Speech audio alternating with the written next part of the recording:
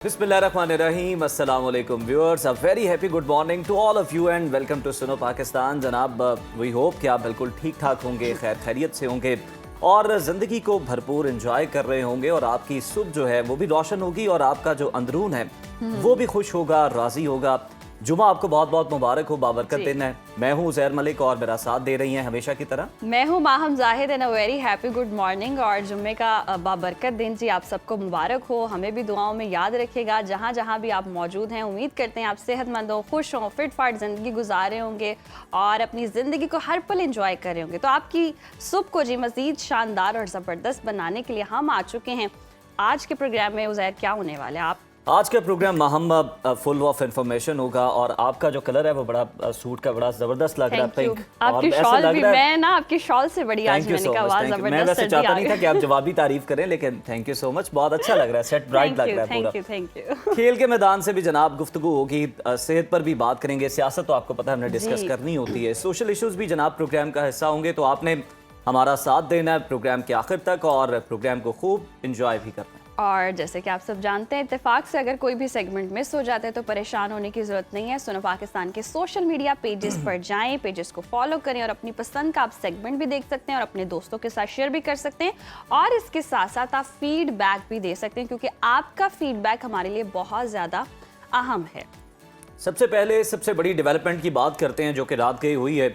मुल्क की अस्करी क़यादत में तारीखी तब्दीली देखने में आ रही है और सब अफवाहें, क़यास, आराइयाँ, अंदाजे, तुक्के, टेवे, प्रोपेगेंडा, झूठी खबरें दम तोड़ गई हैं। फील्ड मार्शल सैयद आसिम मुनीर पाकिस्तान के पहले चीफ ऑफ डिफेंस फोर्सेस बन गए हैं। सदर आसिफ अली जरदारी ने फील्ड मार्शल सैयद आसिम मुनीर को चीफ ऑफ आर्मी स्टाफ और बतौर चीफ ऑफ डिफेंस फोर्सेस तकर्री की मंजूरी दे दी है। वज़ीर आज़म शहबाज शरीफ ने फील्ड मार्शल सैयद आसिम मुनीर की बतौर चीफ ऑफ आर्मी स्टाफ और चीफ ऑफ डिफेंस फोर्सेस तैनाती की समरी मंजूरी के बाद ऐवान सदर भिजवाई। और नाज़रीन, एलामिया के मुताबिक सदर मुमलिकत ने चीफ ऑफ आर्मी स्टाफ की बतौर चीफ ऑफ डिफेंस फोर्सेस 5 साल तकर्री की मंजूरी दी है, जबकि air chief marshal Zaheer Ahmed Sidhu की मुद्दत मुलाजमत में भी 2 साल की तौसी कर दी गई है।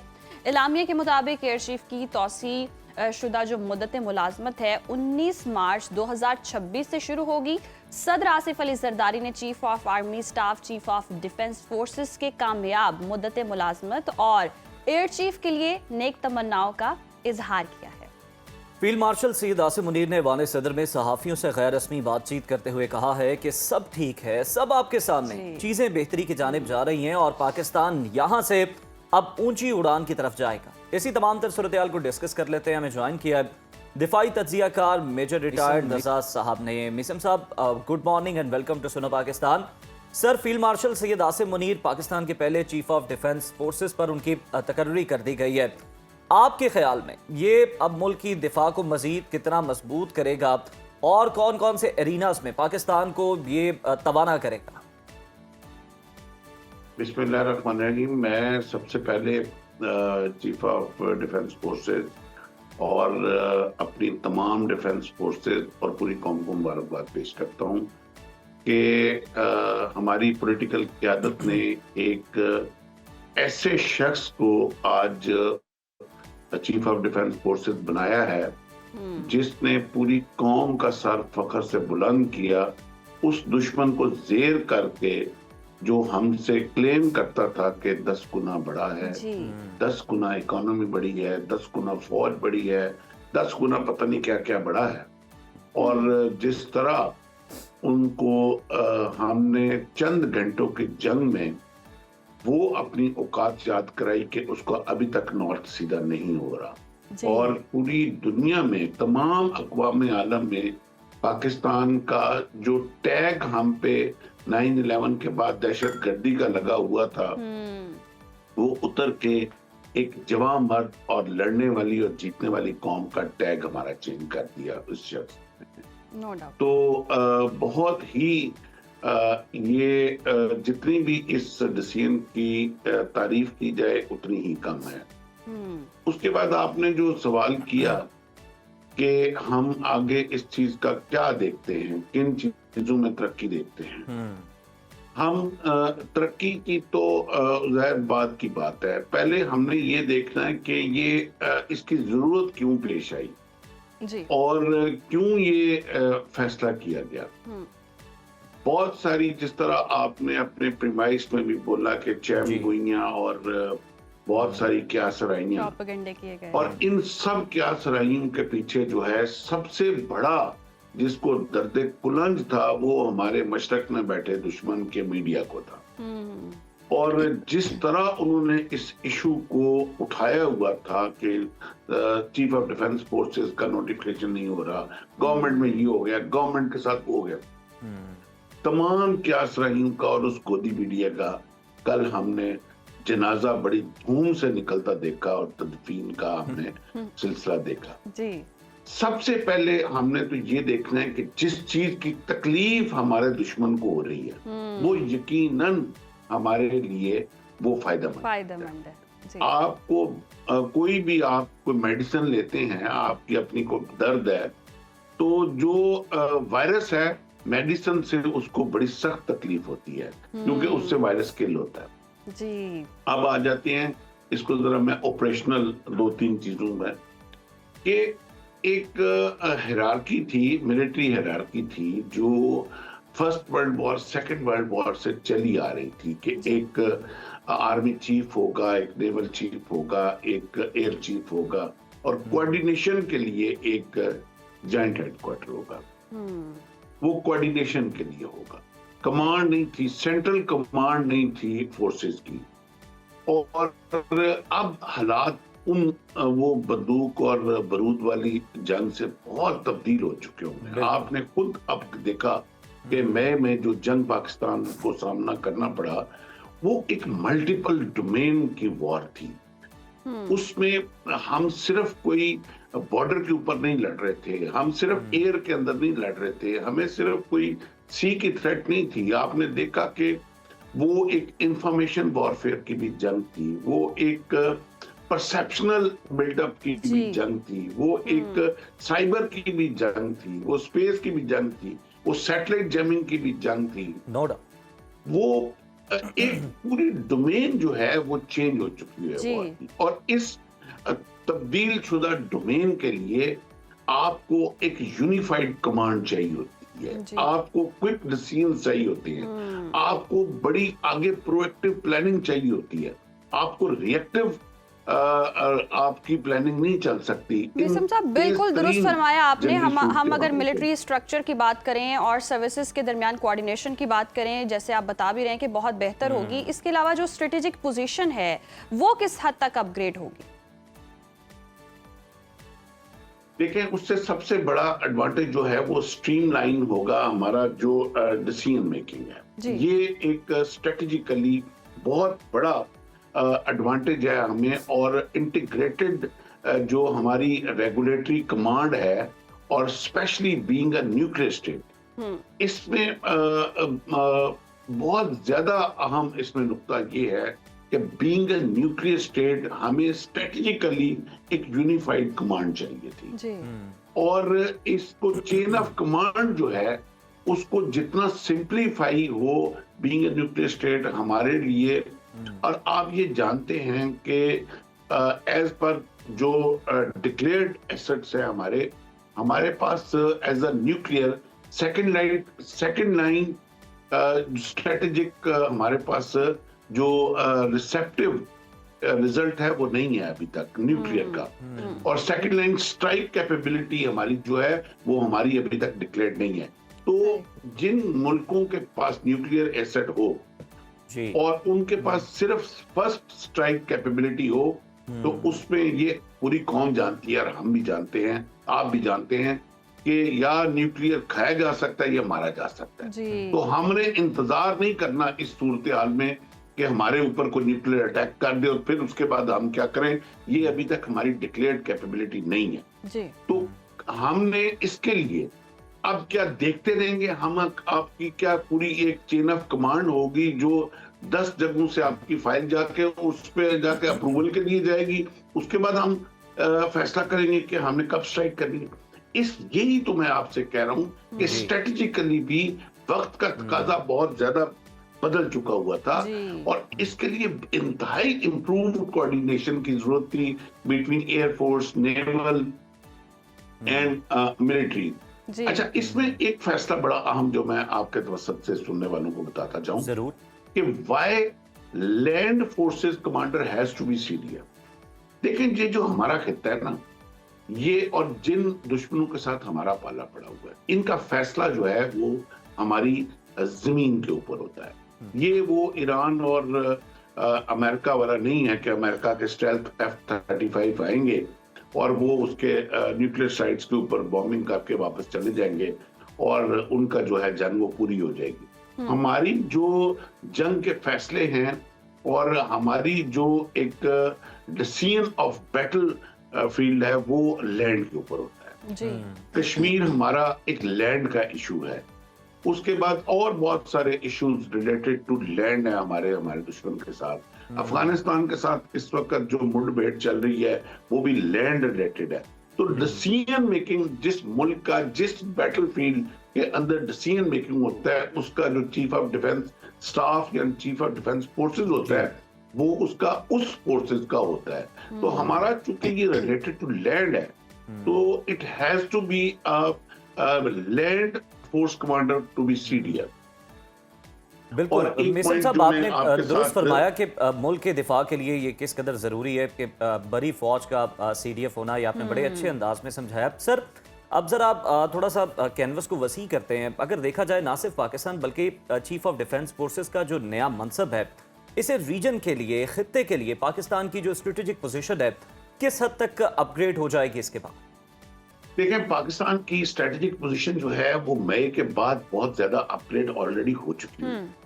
और आपने मुझे कोई बहुत ज्यादा हाईलाइट करने की जरूरत नहीं है। ये पूरी कौम और पूरी दुनिया जानती है कि इस वक्त स्ट्रेटेजिकली पाकिस्तान का जो इस खित्ते में रोल है वो किस कदर बढ़ चुका हुआ है। सऊदी अरब जो है वो इस डिफेंस पैक्ट के लिए पिछले अमेरिका सऊदी अरब के साथ 10 साल से ख्वाहा था कि वो इस डिफेंस पैक्ट सऊदी अरब के साथ करे, मगर मई की जंग के बाद सऊदी अरब आपका जो है वो डिफेंस पैक्ट आपसे कर चुका हुआ है और डिफेंस कवर आपसे ले चुका हुआ है।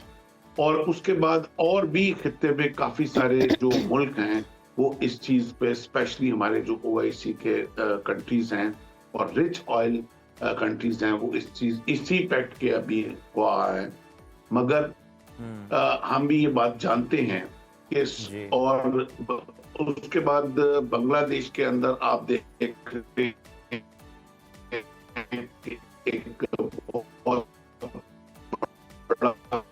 जी। बिल्कुल, बांग्लादेश के साथ भी अब हमारे जो ताल्लुकात हैं वो बेहतर हो रहे हैं और ये भारत को खटक रहा है, क्योंकि बांग्लादेश जो है मौसम साहब आपका, वो पहले हम देखते थे कि भारत के इशारों पर नाचता था और भारत की वहाँ पर हुकूमत थी, प्रॉक्सी हुकूमत थी। भारत जो चाहता था, जो कहता था, वही वहाँ पर होता था। हसीना वाजिद उन्हीं चीज़ों को इम्प्लीमेंट किया करती थी। लेकिन अब भारत को बहुत ज़्यादा तकलीफ हो रही है क्योंकि पाकिस्तान के बांग्लादेश के साथ जो ताल्लुकात हैं वो बहुत बेहतर हो रहे हैं। हमारे बहुत सारे लोग जो हैं वो वहाँ पर गए हैं, मौलाना फजलुर रहमान वहाँ पर गए हैं और बहुत सारी सियासी शख्सियात भी गई हैं और बड़ा भरपूर वेलकम जो है वो वहाँ पर किया गया और दोनों ममालिक करीब दो पिछड़े भाई मिल रहे हैं। आइसोलेट हुआ है तो ही उसको अफगानिस्तान की तरफ जाना पड़ा है और वो फिर गठजोड़ जो सामने आया और दहशतगर्दी का जो सामना है उससे भी हम निमट लेंगे। और ये जो फैसले हुए ये इतने तगड़े हैं, आगे की पॉलिसीज इतनी स्ट्रांग हो चुकी हैं कि पाकिस्तान की पोजीशन तो ऑलरेडी बहुत स्ट्रांग है, पूरी दुनिया में जानी जा रही है। तो और पाकिस्तान हमेशा से बात करता है अमन का ख़्वाह है, तो अमन तो मुमकिन होके ही रहेगा। भारत जो मर्जी कर ले और जिस तरह से मीसम रजा साहब ने भी कहा कि वायरस है और वायरस की मेडिसिन हमारे पास है, हम तो ये मेडिसिन देंगे और बहुत अच्छे से राजी कर लेंगे, इंडिया को भी दुरुस्त कर लेंगे। हमारी पॉलिसीज अल्हम्दुलिल्लाह बहुत ही बेहतर समत में चली गई हैं। और अभी प्रोग्राम में वक्त हो गया ब्रेक का। ब्रेक की ब्रेक से पहले अगर हम मौसम थोड़ा डिस्कस कर लें, क्या कहते हैं? बताना चाह रही हैं? मैं चाह रही हूँ कि देखें जो आपकी मर्जी है, जो आपकी पसंद है। देखिए आज आप मेरे सूट की तारीफ की है तो मैं चाहती हूँ कि मैं ना इससे पहले इस पे रिंकल पड़े, मैं उससे पहले वेदर आपको स्टैंडिंग में बता दूं। अच्छा मौसम भी बता दूं। तो आइए चलते हैं और देखते हैं कि आज का मौसम कैसा रहेगा।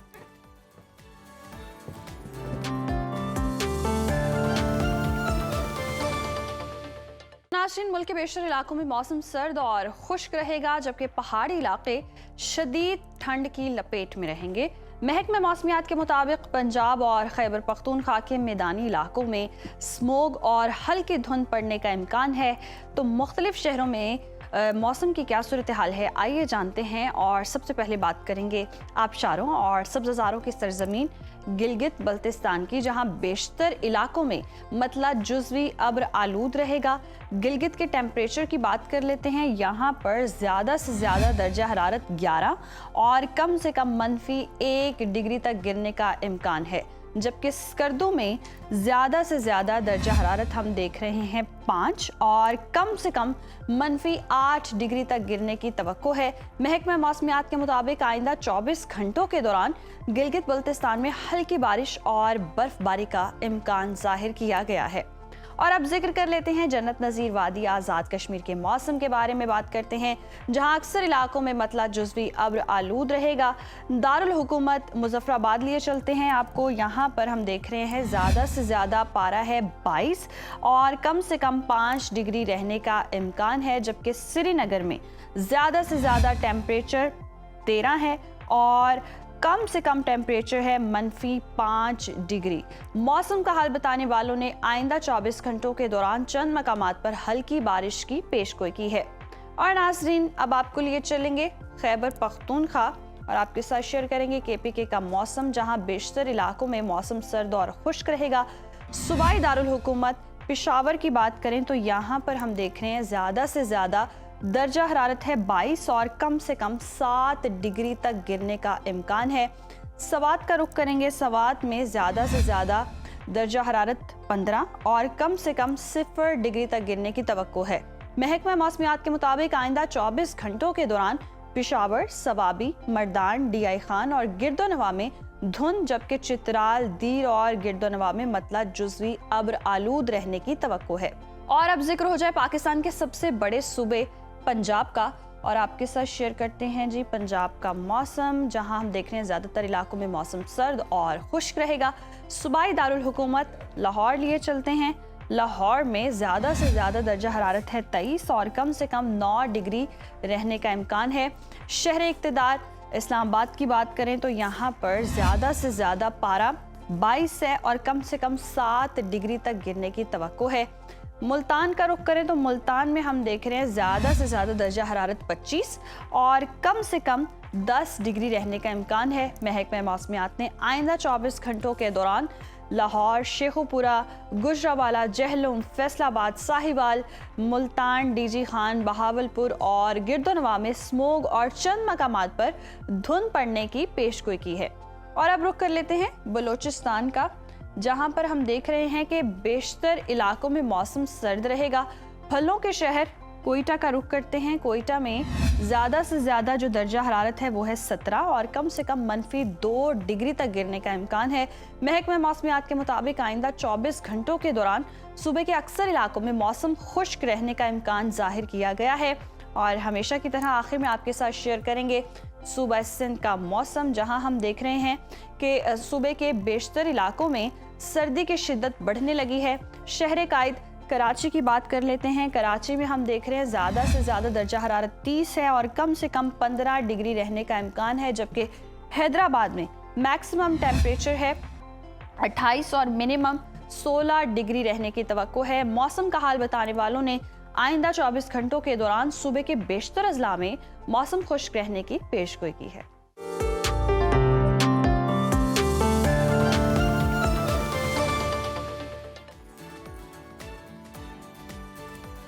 मुख्तलिफ शहरों का दर्जा हरारत आप बता चुकी हैं और लोग जान चुके हैं, तो अब ब्रेक की जानिब बढ़ा ब्रेक की जानिब भी बनता है जाना। Let's take a break, stay welcome back नाज़रीन। और अब जिक्र करते हैं बहादुर सपूत का। पाक फौज के बहादुर सपूत मेजर मोहम्मद अकरम शहीद निशान हैदर का 54वां यौम शहादत आज मनाया जा रहा है। हीरो ऑफ हिली के नाम से शोहरत पाने वाले मेजर मोहम्मद अकरम ने अपने खून से जुर्रत और बहादुरी की दास्तानें अपने खून से लिखी। जुर्रत और बहादुरी की आला मिसाल कायम करने पर आला तरीन फौजी एजाज निशान हैदर से नवाजा गया।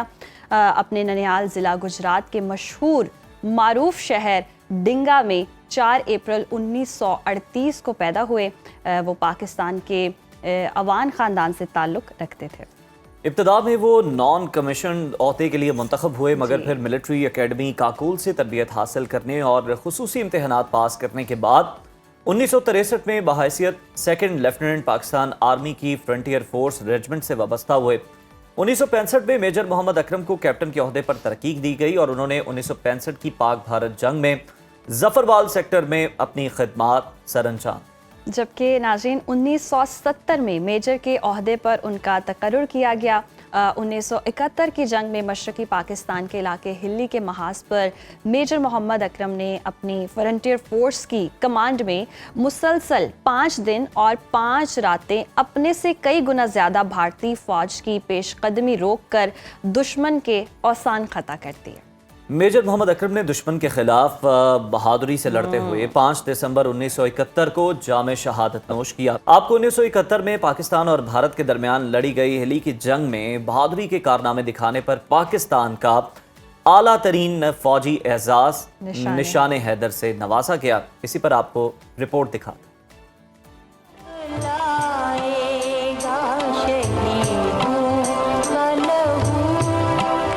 मेजर मोहम्मद अकरम 4 अप्रैल 1938 को खारियां के गांव ढींगा में पैदा हुए। 1961 में फौज में शमूलियत अख्तियार की। 1970 में मेजर के रैंक पर फाइज हुए। 1971 की पाक भारत जंग में मशरकी पाकिस्तान के हिली महाज पर आप एक कंपनी की क़यादत कर रहे थे। दुश्मन की एक मुकम्मल ब्रिगेड ने आपकी कंपनी के दिफाई हिसार को तोड़ने के लिए मुतादिद हमले किए। हिंदुस्तानी फौज को तोपखाने, बख्तरबंद और फजाइया की मदद और अदती बरतरी हासिल थी। आपकी कंपनी ने मुसलसल 14 रोज तक दुश्मन के हर हमले को नाकाम बनाया। 5 दिसंबर को चारों तरफ से दुश्मन के निरगह में आने के बाद आपने अपने साथियों को हुक्म दिया कि वो दस्तयाब गोला बारूद के जखीरे को मुमकिन हद तक एहतियात से इस्तेमाल करें कि दुश्मन के करीब आने पर एक भरपूर जवाब दिया जा सके। 1971 के गाजी lieutenant colonel Sajjad Akhtar Malik retired उनसे की हुई उस रात की गुफ्तगू को याद करते हैं। अकरम शहीद निशान यादर मेरे कोर्समेट थे।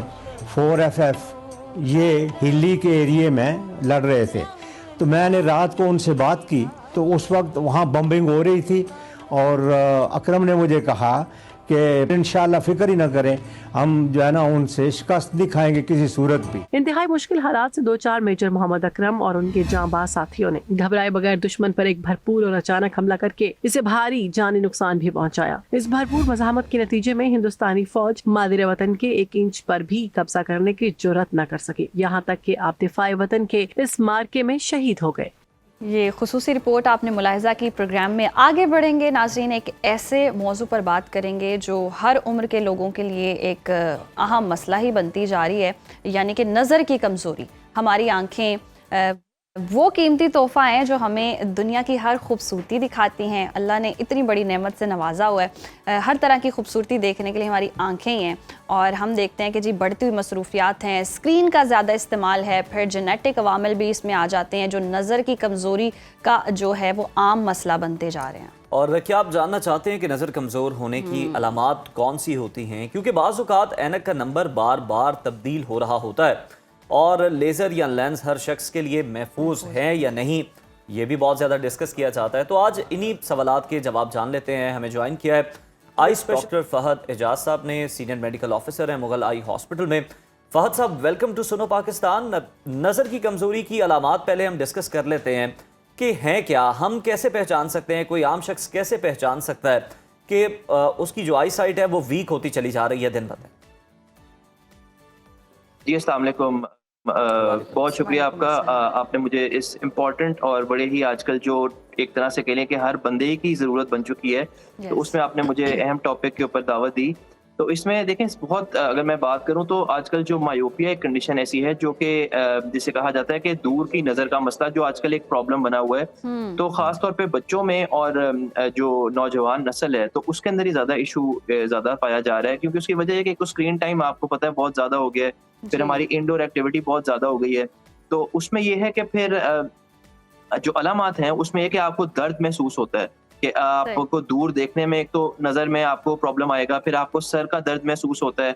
और जो खास तौर पे बच्चे हैं उनको जब वो स्कूल जाते हैं तो उनके असातिज़ा ये देखते हैं कि उनको ना ब्लैक बोर्ड या वाइट बोर्ड देखने में बड़ी दिक्कत पेश आती है। वो कभी आगे आते हैं, कभी वो कॉपियों को करीब से देखते हैं या जो बुजुर्ग हैं, तो वो अगर उनमें आप देखें तो उनको आप देखें रात को ड्राइविंग करने में बहुत जो मोतिया बनता है, उस पर रात को ड्राइविंग करने में बहुत इशू पेश आता है। इसके अलावा जो छोटे मोटे आपके डेली टास्क हैं, जब आप धूप में जाते हैं आपको नजर इतना अच्छा नहीं आता, तो ये कई इस तरह की अलामात हैं। और फिर आपको सर का दर्द होना, आपको जो है वो आपको डिफरेंट पता चल जाता है कि आपकी आईज में सब कुछ ठीक नहीं है। तो ये कुछ अलामात हैं जो कि हर मतलब चाहे वो बच्चा हो, चाहे वो बुजुर्ग हो, चाहे नौजवान हो, आजकल हर बंदे को अपनी आई साइट जो है वो जरूर टेस्ट करवानी चाहिए। बिल्कुल दुरुस्त फरमाया फ़ाज़ साहब। हम देखते हैं कि अब तो बच्चों में भी हम देख रहे हैं आई साइट के बहुत ज़्यादा मसले हैं, वरना हम देखते होते थे कि बुजुर्गों में ये ज़्यादा प्रॉब्लम होती थी, मोतिया आ जाना या दूर की नज़र कमज़ोर होना या करीब की नज़र कमज़ोर होना। हर नौजवान ने अब देखें ग्लासेस वगैरह भी लगाए हुए हैं।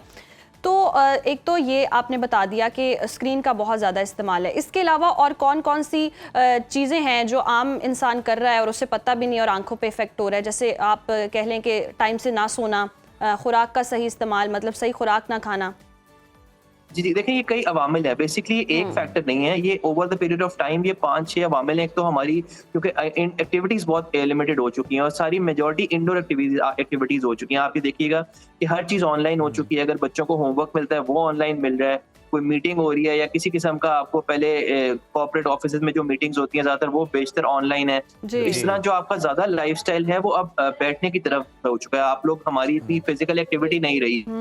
और आप देखिएगा कि हमारी जो डाइट का आपने जैसे जिक्र किया वो बहुत बड़ा इंपॉर्टेंट फैक्टर है कि हम लोग डीप फ्राइड फूड्स का इस्तेमाल बहुत बढ़ चुका है, क्योंकि खासतौर पर फास्ट फूड के शौकीन है नौजवान, बच्चे, हर किस्म के लोग खानों के शौकीन है, बाहर के तले हुए खानों के। फिर इसमें मैदा जो है खासतौर पे, जिससे आप बर्गर खाते हैं और पिज्जा खाते हैं, तो ये इसमें मैदा है जो कि बहुत बड़ी बीमारियों की जड़ है। तो इसके साथ साथ आपका जो इसको कॉम्प्लीमेंट कर रहा है वो आपका बैठने का मुसलसल पोस्चर है। तो आप देखिएगा कि हर वक्त आप लोग बैठे हुए हैं, ज्यादातर लोग बैठे हुए हैं वो अपने स्क्रीन से ऐसे बिल्कुल चिपके हुए होते हैं कि जैसे पता नहीं क्या है। वाईफाई का एक वो पड़ चुकी हुई है कि हर जगह हर बंदे को वाईफाई चाहिए। तो ये चीजें ऐसे फैक्टर्स हैं जिसकी वजह से अब ये एक वबा की बिल्कुल डॉक्टर साहब आप सही कह रहे हैं कि वाईफाई जो है ना वो महवर व मरकज होता है और उसके इर्द गिर्द ही लोग जो है ना वो जमा होते हैं। जिस तरह पहले कभी आग का लाव जला के उसके इर्द गिर्द बैठा करते थे कि यहाँ पे सिग्नल जो है वो स्ट्रॉन्ग है। अच्छा डॉक्टर साहब जरा आ जाते हैं इलाज की तरफ आ जाते हैं। सर ग्लासेस यूज की जाती हैं, फिर कुछ लोग लेंस यूज करते हैं जिनकी नज़र वीक होती है, और फिर उससे भी एडवांस जो स्टेज है वो लेज़र की है। इनमें से सबसे बेहतर कौन सा है? ऑब्वियसली वो किसी के लिए अफोर्डेबल हो सकता है, किसी के लिए नहीं हो सकता, लेकिन महफूज भी है क्या लेज़र करवाना? और क्या ये कोई साइड इफेक्ट तो नहीं आप पे डालता? बहुत वैलिड क्वेश्चन है। और ये अक्सर हम जब हॉस्पिटल्स में होते हैं और हमारे डिफरेंट पेशेंट्स हैं वो हमसे यही सवाल पूछते हैं कि डॉक्टर साहब ये ऐनक कब उतरेगी? और जो नौजवान है खासतौर पे जिनके बच्चे बच्चियां ऐसे हैं जिनकी शादियां होनी है या जो 19-20 साल के उम्र को पहुंच जाते हैं, तो उनके लिए जाहिर है कॉस्मेटिकली एक बड़ा इशू बन जाता है। तो ये अब मैं आपको बताऊं कि एक बहुत जबरदस्त टेक्नोलॉजी आ चुकी हुई है कि जिसके अंदर खाली आपको 15 से 20 मिनट का प्रोसीजर है टोटल इन ऑल। ये भी मैं ज्यादा ही बता रहा हूँ, 5 से 10 मिनट ही लगते हैं। इसमें आपको जो है एक लेजर टेक्नोलॉजी के जरिए आंखों की जो से निजात वो मुमकिन है। और आप जो है अभी ये लाहौर के तो 5-6 बहुत बड़े हॉस्पिटल्स हैं जहाँ पे प्राइवेट सेक्टर में ये हो रहा है। थोड़ा सा जरा एक्सपेंसिव है क्योंकि कॉस्मेटिक प्रोसीजर है, लेकिन ये एक रेवोल्यूशन है ऑफ्थल्मोलॉजी के फील्ड में। और ना सिर्फ ये कि इससे आंखों ऐनक का जो है वो निजात हमेशा के लिए हो जाती है। खर्च कितना आ जाता है जरा ये भी बता दीजिएगा कि कुछ लोग जो करवाना चाह रहे हैं ताकि वो फिर अपना बजट जो है वो उसके अकॉर्डिंगली सेट कर सके। जी देखिए, इसमें जो सिंपलेस्ट प्रोसीजर है ना वो PRK प्रोसीजर है, जो कि मुख्तलिफ हॉस्पिटल में 70 से 80 हज़ार मिनिमम दोनों आंखों का होता है। तो ये मिनिमम है। और जो लेसिक टेक्नोलॉजी है, जो इसमें फेमटो लेसिक टेक्नोलॉजी है जो सबसे लेटेस्ट है इसके अंदर, वो तकरीबन को 1.5 लाख से 2 के दरमियान डिफरेंट हॉस्पिटल्स में इसको चार्ज किया जाता है एज पर सर्जन फी। तो लेकिन ये बहुत जबरदस्त वो टेक्नोलॉजी है कि आपको बगैर किसी के इंसियन दिए। साहब हम लेजर की बात करें तो इसमें कोई एज लिमिट भी होती है कि इतनी एज के ही लोग बस लेजर करवा सकते हैं? जी जी, इसके अंदर ठीक है कि अगर आप 19 से 20 साल की उम्र के हैं तो फिर आप एलिजिबल हैं। इससे पहले आपको ये रिकमेंडेड नहीं है। ये 19 से 20 साल की उम्र में अगर आप हैं और आप 30-35 तक हैं, तो अगर आपका माइनस का नंबर है तो वो ज्यादा प्रेफर्ड कैंडिडेट्स हैं कि उनका उसके रिजल्ट ज्यादा बेहतर हैं। तो अगर आप 19-20 साल के हैं, आपकी बिल्कुल एज लिमिट भी आपने बता दी है कि 18-20 साल से जायद के लिए। और जहां तक हम लेजर की बात कर रहे थे कि फिर बहुत सारे लोगों के ज़हन पे सवाल भी आ रहा होता है कि आपने ग्लासेस लगाए हैं, तो शायद ग्लासेस जो है ना ये ज्यादा सेफ हैं बनिस्बत लेंस के या फिर लेजर के, लेकिन आपने बता दिया जी जी, कुछ ऐसी फील्ड्स हैं जिसमें हमारा काम सर्जरी में होता है, तो ओके। हमारे लिए थोड़ा-सा इश्यू है कि हमारा जो डेप्थ परसेप्शन होती है, क्योंकि हमने माइक्रोस्कोप पे काम करना है, सही। तो हमारी डेप्थ परसेप्शन ज़रा-सी इफ़ेक्ट होती है। लेकिन वो नौजवान जो कि मौजूद हैं और जो कि आप देखें कि इनका स्क्रीन टाइम बहुत ज़्यादा है और जिनको ठीक। पता है कि खास तौर फहद पे साहब, जिनके आप माइनस के बिल्कुल नंबर हैं, दुरुस्त कह रहे हैं सर, आपकी जिन्होंने मजबूरी है। ऑब्वियसली आप इस तरह की रेस के अंदर काम कर रहे होते हैं, फिर आप ऑपरेशन थिएटर के अंदर होते हैं, तो आपके लिए बिल्कुल ठीक है, आपने बता दिया सर। लेकिन कुछ लोग फैशन के लिए लगा रहे होते हैं, खासतौर पे खवातीन जो है वो रंग बिरंगी आंखों के लिए लेंस जो है वो यूज़ करते हैं। वो कितना सेफ है, करना चाहिए नहीं करना चाहिए? अगर करना ही है तो फिर कितनी देर के लिए आप करें और उसके साथ क्या एहतियाती तदाबीर करें?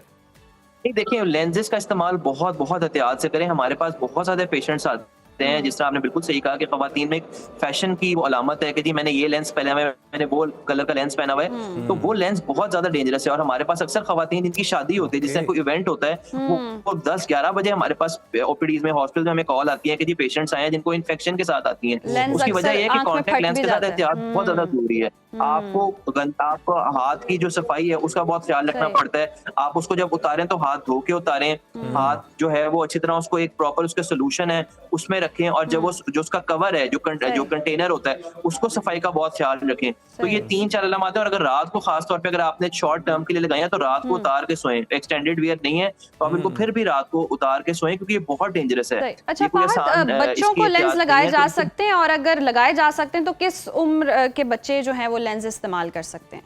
देखिए कर तो सकते हैं कि आप चाहें तो। अगर 14-15 साल की बच्चे हो जाते हैं तो जाहिर है उनको इतना समझ आ जाती है कि उसको सही। हैंडल कैसे करना है। लेकिन फिर भी आजकल डिस्करेज किया जा रहा है इसका जो सही। इस्तेमाल है कॉन्टेक्ट लेंस का, क्योंकि इतने केसेस आए हैं जिसमें कॉर्नियल अल्सर का खदशा भी हो जाता है। और खुदा ना खास्ता जो है वो बहुत बड़ा पेनफुल इसमें कंडीशन हमने सही। देखी है। जो बैक्टीरियल केराटाइटिस होता है, वो कॉर्निया का इन्फेक्शन है, जो आंख का काला डेला है उसका इन्फेक्शन हो सही। सकता है। ओहो। तो वो बहुत ज्यादा खतरनाक है और उसकी पेन बहुत ज्यादा है। तो इसीलिए रिकमेंड यही अच्छा किया डॉक्टर जाता है कि फहद, अगर टाइम की आपको कमी कोई है, ऐसी लास्टली जरूरत हमें नहीं है, ये भी बता दें कि आंखों की सेहत के लिए, हिफाजत के लिए हमें कौन कौन सी आदत अपनानी चाहिए ताकि हम अपनी जो आई साइट है उसको बेहतर और ये रख भी कहा सकें? जाता है कि आपको पानी से जी। धोएं आंखों को, लेकिन आजकल तो वाटर में भी बड़ी कंटेमिनेशन है। और माहौल भी आलूदा है, जैसे स्मोक भी है। यस।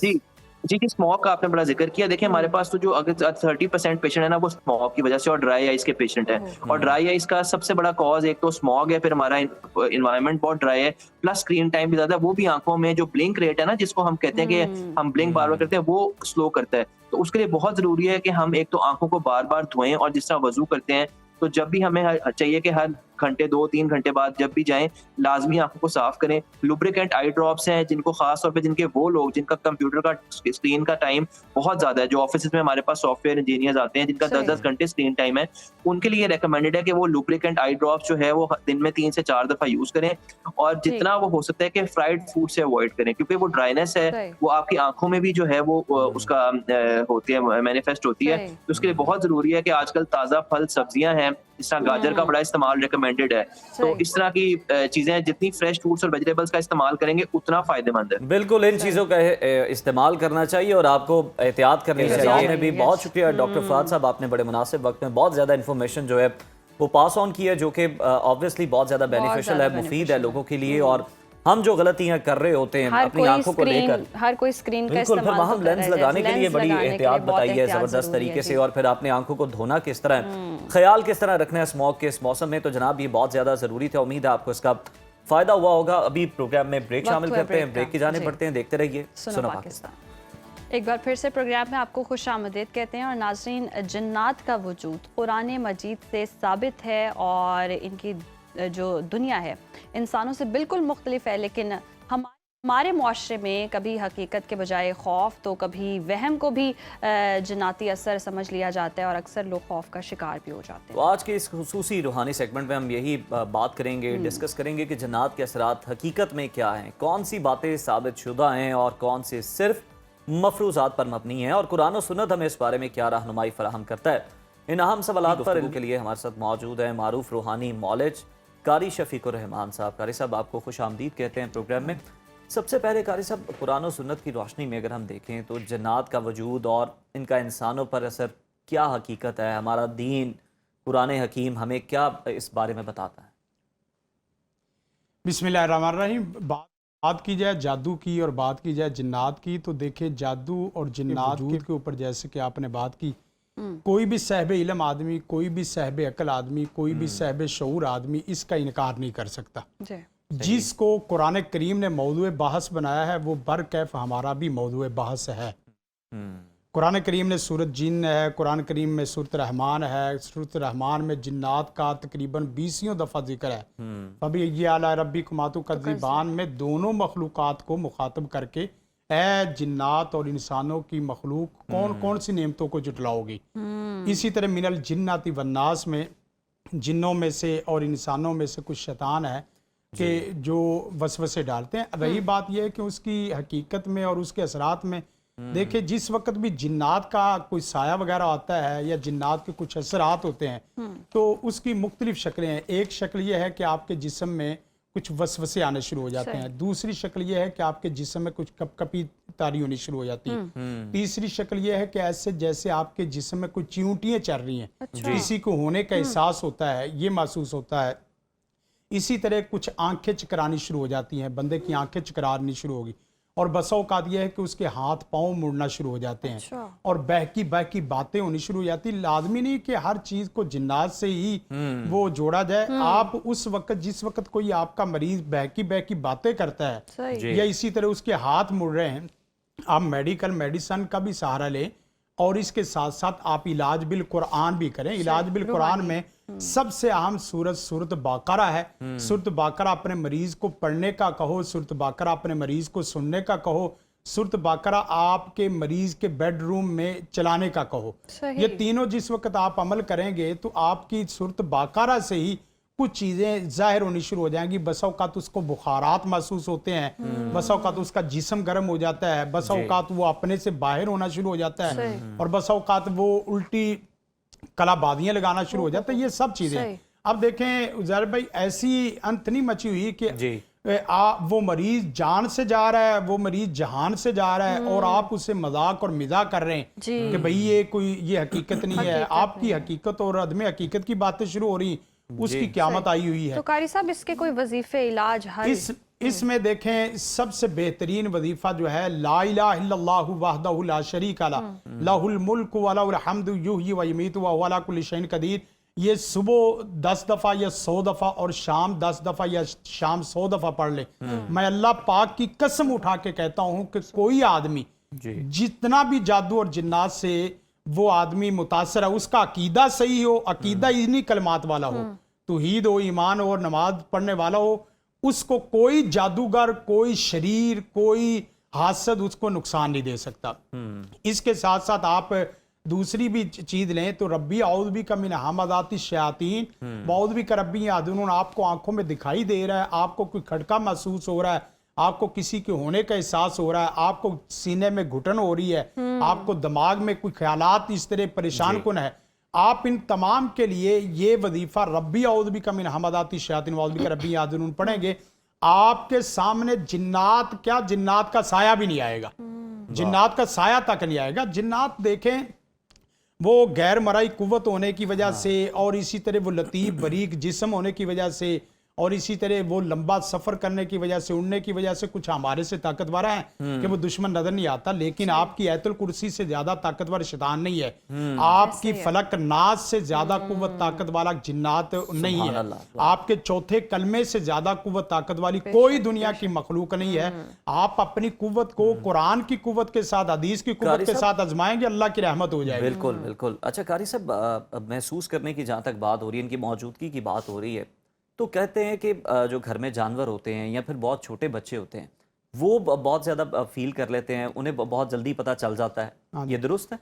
देखें बच्चों को बसा औकात ये है कि अल्लाह ताला ने उसकी आंखों को खोला होता है। बसा औकात ये है कि वो बच्चों के साथ छोटे बच्चे बन के ना, जिन्नात छोटे बच्चे बन के खेलना भी शुरू कर देते हैं, ये भी हो जाता है। क्योंकि छोटा बच्चा है, छोटे बच्चे को उससे खौफो खतर नहीं है, ना ही उसको खौफो खतर है। तो बसा औकात ये है कि बच्चे इस तरह हो जाते हैं, लेकिन लाजमी नहीं है कि वो हर बच्चे को वो खिलाना शुरू कर दे, कुछ को परेशान भी करना शुरू कर देते हैं।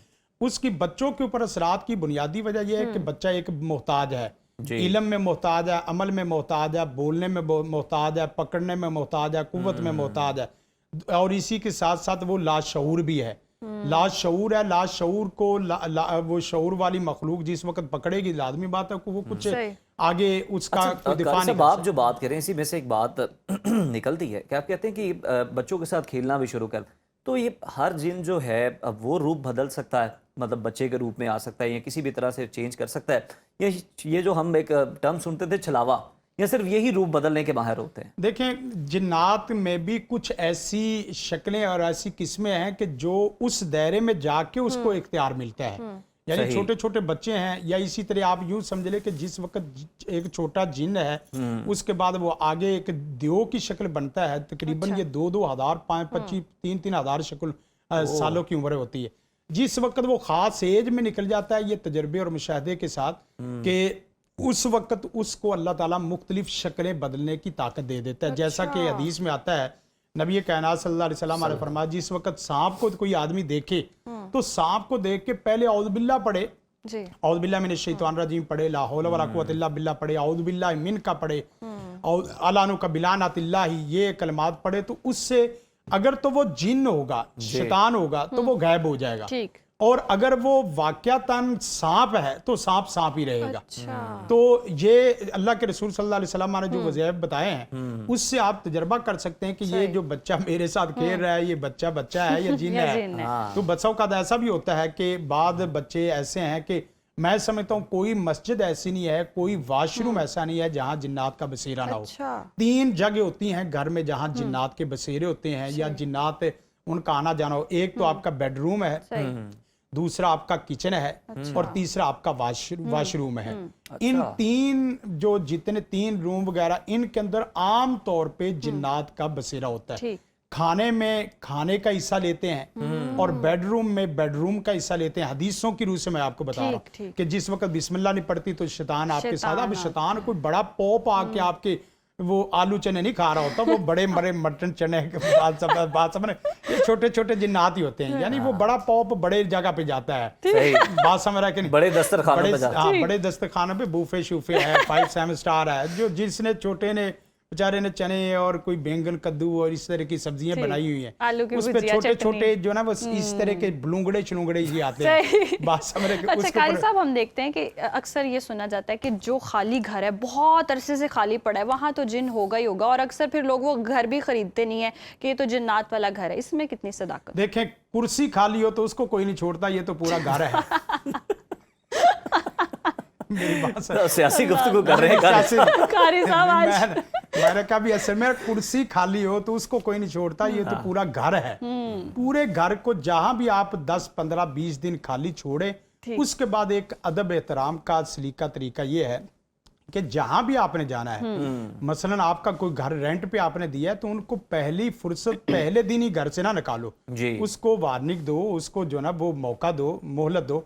इसी तरह जिन्नात जहां खाली घर होते हैं वहां लाजमी पक्की बात है कोई ना कोई बसेरा हो जाता है। अच्छा। नेक लोग भी हो सकते हैं, बद बुरे भी हो सकते हैं। तो बस उसका तरीक़ेकार ये है कि आप पहली दफ़ा जाएं और पहले दिन जाके कुछ सलाम कहें और कुछ मखलूक़ात को वैसे ही दुआएं दें कि अल्लाह की जो भी मखलूक है हम उनके लिए दुआ गो हैं, अल्लाह उनको अच्छा घर दे, उनको अच्छा महल दे, उनको अच्छा खाना दे, अच्छा इल्म दे।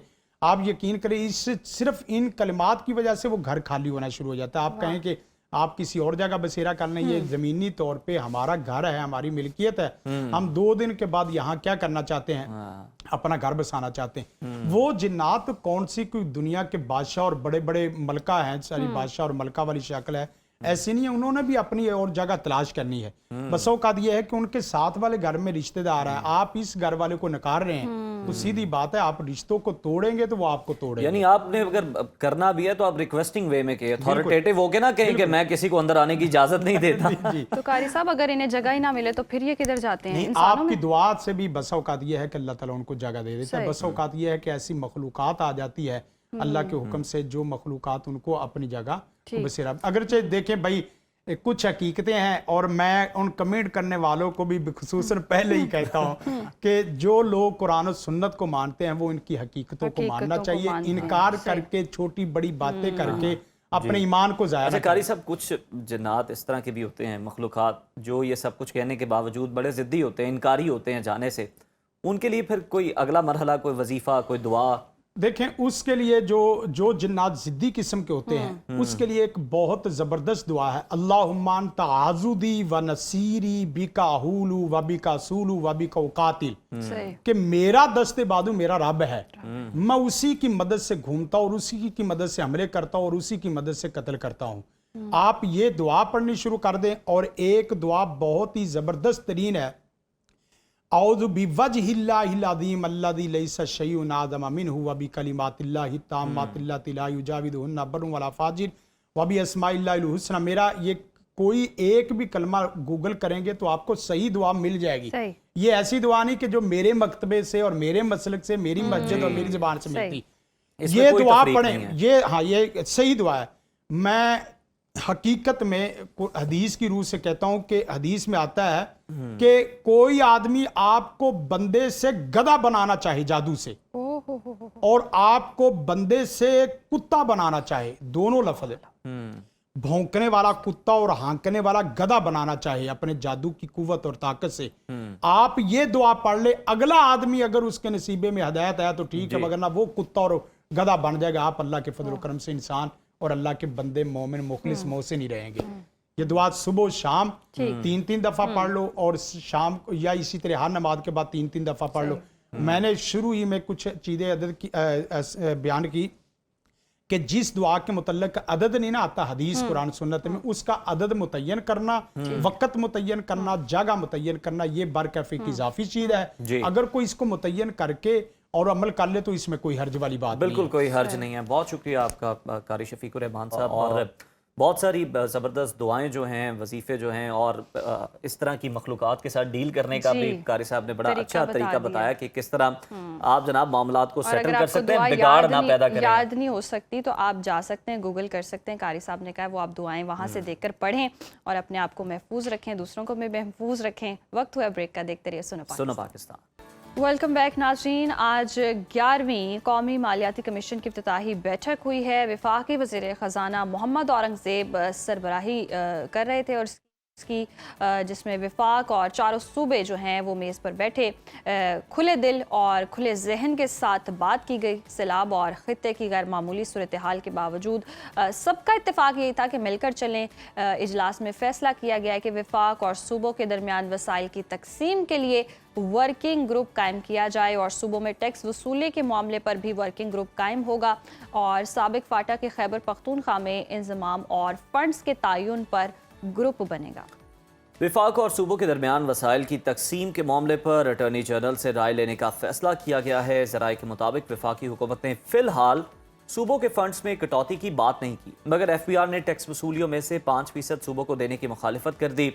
उधर माली वसाइल की तकसीम के लिए वजारत मनसूबाबंदी ने 2 तजावीज़ भी सामने रखी हैं। एक तजवीज़ तो ये आई है कि काबिल तकसीम हासिल में से 2.5% कट करके दहशतगर्दी के खिलाफ जंग, वाटर सिक्योरिटी और सिविल आर्म्ड फोर्सेस के अखराजात पूरे होंगे।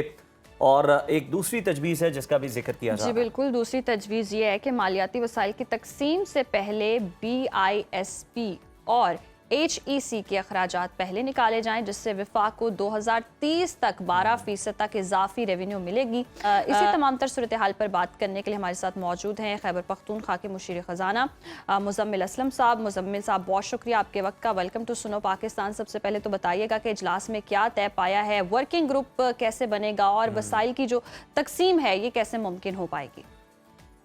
4वां NFC अवार्ड था। आखिरी जो पाकिस्तान में NFC अवार्ड हुआ था 7वां NFC अवार्ड, उसके बाद 8वां, 9वां और 10वां, उसमें कोई तब्दीली रहनुमा नहीं हो सकी थी क्योंकि सूबों का और वफाक का कोई खास उसमें इंटरेस्ट नहीं था। और 2021 में आप इससे अंदाज़ा लगा लेंगे 10वें NFC का आखिरी इजलास हुआ था और फिर उसके बाद 10वें NFC में कोई इजलास नहीं हुआ और अब 2025 में 11वां इजलास जो है पाकिस्तान जो है NFC का वो आज हुआ है। आज ये इब्तदाई इजलास था, इसमें खुशामदीद कहा गया तमाम मेंबरान को सूबाई और वफाकी वज़ीर ख़जाना की तरफ से, और तमाम सूबों ने अपनी प्रेजेंटेशन दी अपने माली मामलात की और वफाक ने भी अपनी माली मामलात की प्रेजेंटेशन दी और उसमें जो है जोर दिया गया कि जी ये मामले जो हैं आगे जो मुल्क में जो पिछले 15 सालों में जोग्राफाई कह लें, माली कह लें और जो चीज़ें चेंज हुई है उसके मुनासिबत से 11वें NSP में तब्दीलियां होनी चाहिए और उसके लिए 7 वर्किंग ग्रुप बना दिए गए, 6 से 7। वो बुध तक नोटिफाई हो जाएंगे अगले।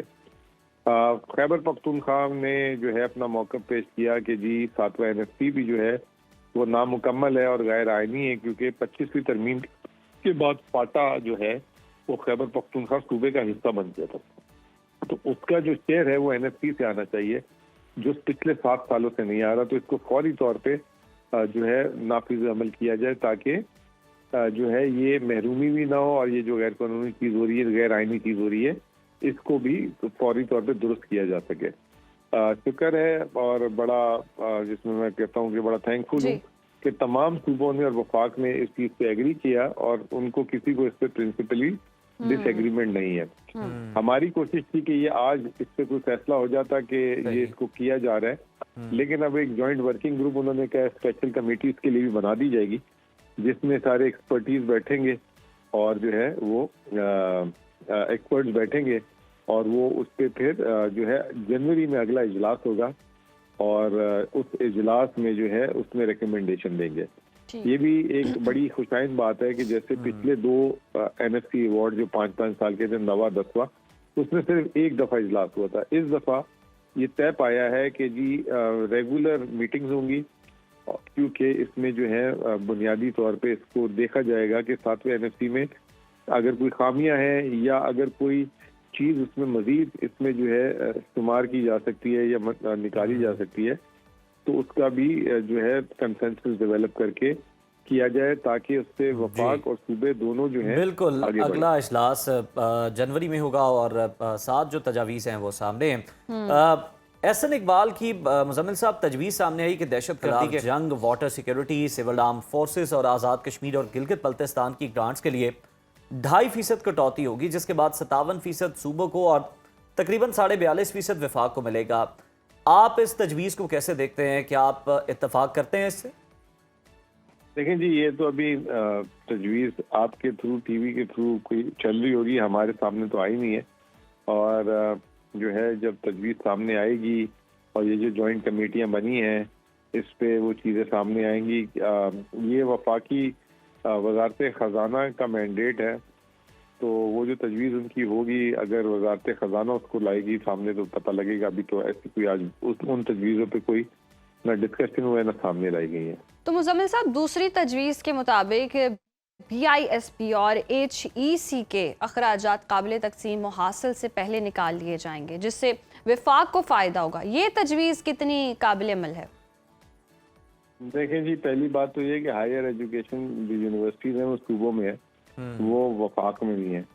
तो वफाक भी जो है सूबों को पैसे देता है जो 2018 के बाद उन्होंने बढ़ाए नहीं है, अब सूबों में उसको पूरी करना पड़ता है। तो वो पैसे वफाक कैसे काटेगा? वो तो वफाक खुद, यूनिवर्सिटियाँ तो पंजाब में है, सिंध में है, पेशावर में है, KP में है, तो वो तो उल्टा इधर पैसे भेजता है। तो ये तो या तो उन्होंने गलत बोल दिया है या जिसने स्टोरी लिखी है वो जो है सही तरीके से उसको बयान नहीं कर सका। रहा सवाल BISP भी उनका खुद प्रोग्राम किया हुआ, वफाक का अपना प्रोग्राम है। अगर उनको भारी पड़ रहा है तो वो कैंसिल कर, खत्म कर सकते हैं, उसको कम कर सकते हैं, छोटा कर सकते हैं। ये तो नहीं हो सकता कि वो जो है वफाक उसके पैसे जो है सूबे के काट ले। हाँ, सूबे अपने अपने सोशल वेलफेयर के प्रोग्राम करते हैं। सूबों को ये कहा जा सकता है कि आप अपने सोशल वेलफेयर में, हम BISP को खत्म कर रहे हैं या कम कर रहे हैं, आप जो है अपने तरफ से जो है इसमें सोशल वेलफेयर में ज्यादा खर्च करें। वो एक तजवीज दे सकते हैं, लेकिन पैसे काटने वाला तो मेरा ख्याल है कि बिल्कुल भी जो है वो नहीं हो सकता। सही। मुजम्मिल साहब, KP हुकूमत को अगर हम देखा जाए तो लास्टली आपका इस पर कमेंट हम चाहेंगे कि KP हुकूमत हमेशा इल्ज़ाम लगाती है कि कबायली अजला का पूरा हिस्सा नहीं मिल पाता। वफाक की जानिब से कितना हिस्सा देने का वादा किया गया था और अब तक मिला कितना? लेकिन 2018 के बाद उसको NSC का हिस्सा बनना था और 3% इजाफी मिलना था। अगर वो दो चीजों को कर लें तो 2000 अरब रुपए बनते हैं।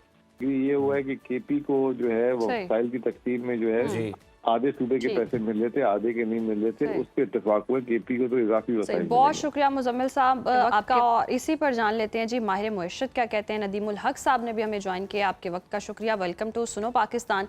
कहिएगा 11वीं NFC का पहला इजलास हुआ है, मुजम्मिल असलम की जानिब से कहा जा रहा है कि जी वसाइल की तकसीम की कोई बात ही नहीं है, तो फिर इजलास का मकसद क्या है? मैं नहीं आती जी। इस मुल्क में हम हर चीज जल्दी में करते हैं, तेजी में करते हैं, बगैर सोचे करते हैं, फिर बाद में रोते हैं कि यार ये गड़बड़ हो गई। NFC का निज़ाम भी बहुत जल्दी में हुआ था 7th का, उसके बाद 8, 9, 10 निकल गई, हमने उस पर काम ही कोई नहीं किया। अब 11वीं का हम जल्दी में हैं और बीच में प्रोविंसेस डाल दिए, कुछ भी डाल दिया। जब भी हम कोई काम करते हैं हम कोई उसके ऊपर रिसर्च नहीं करते। अब इतने इसको 30 साल हो गए, इसको नहीं मेरा ख्याल कितने नहीं गलत है 15 साल हो गए हैं NFC 7th NFC को, या 15-18 साल हो गए मेरा ख्याल। इसको आपने कभी स्टडी नहीं किया, कभी कोई पेशकश नहीं की। वज़ारत खजाना को चाहिए था कि इस पे 2-4 पेपर्स तो लिख के हमें दे देती कि मसले क्या हैं। अब आप टीवी वाले बताते हैं BSP को उधर कर दो, HEC को उधर कर दो, ये कर दो, बिल्कुल ठीक है करते हैं भाई, बट कुछ थोड़ा सा गौर तो कर दे। पूरी मिनिस्ट्री ऑफ फाइनेंस पड़ी है, उसमें कोई 1000 बंदा है, प्लानिंग कमीशन 1000 बंदा है, कोई एक बंदा इस पैसे को व्हाइट पेपर नहीं निकाल सकता था? मेरा तो ख्याल है सबसे पहली चीज तो ये होनी चाहिए।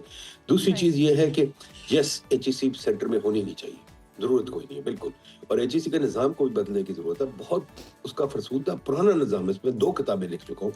खुदा के वास्ते खुद बोल के तंग लगे, किसी की बात तो ये सुनते नहीं है भाई, किसी एक्सपर्ट की तो बात सुनते नहीं, सिर्फ टीवी पे हमें 5 मिनट मिल जाते हैं, चुप करके बोल जाते हैं, ठीक है, कोई सुनता नहीं है। मिनिस्टर साहब तो सख्त सो रहे हैं। अब मसला ये है कि जी HEC का निज़ाम बदलने की जरूरत है। ये डिग्री अटेस्टेशन क्या होती है?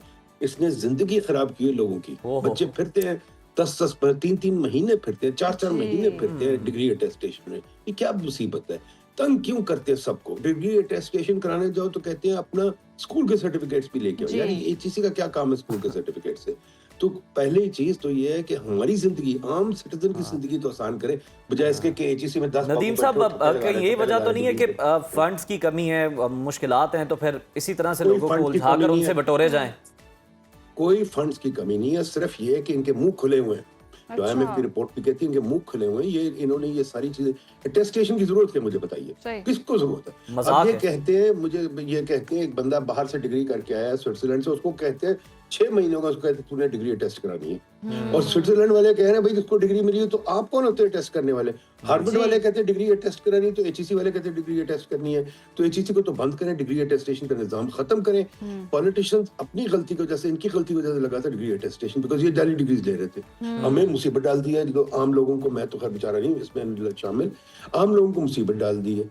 तो मुझे बताइए ये क्या निजाम है? 12 प्रोविंसेस बन रहे हैं, 13 पता नहीं 32 बन रहे हैं, 20 बन रहे हैं। फैसल बावड़ा साहब कभी कुछ कहते हैं, कभी कोई कुछ कह देता है।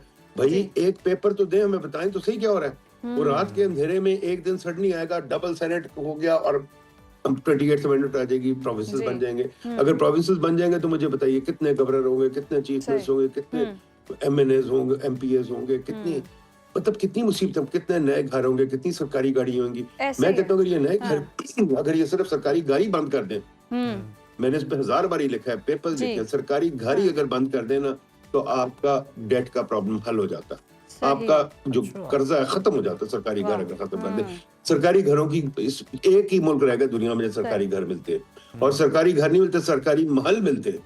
ऐसे ही है, एक ही मुल्क रहेगा, 10-10 गाड़ी एक सेक्रेटरी लिए फिर है, सेक्रेटरी छोड़े बिल्कुल DC लिए फिर है। नदीम साहब, ज़राए के हवाले से ये भी खबरें आ रही हैं कि FBR ने टैक्स की वसूलियों का 5% सूबों को देने की मुखालफत कर दी है, तो क्या FBR ऐसा कर सकता है?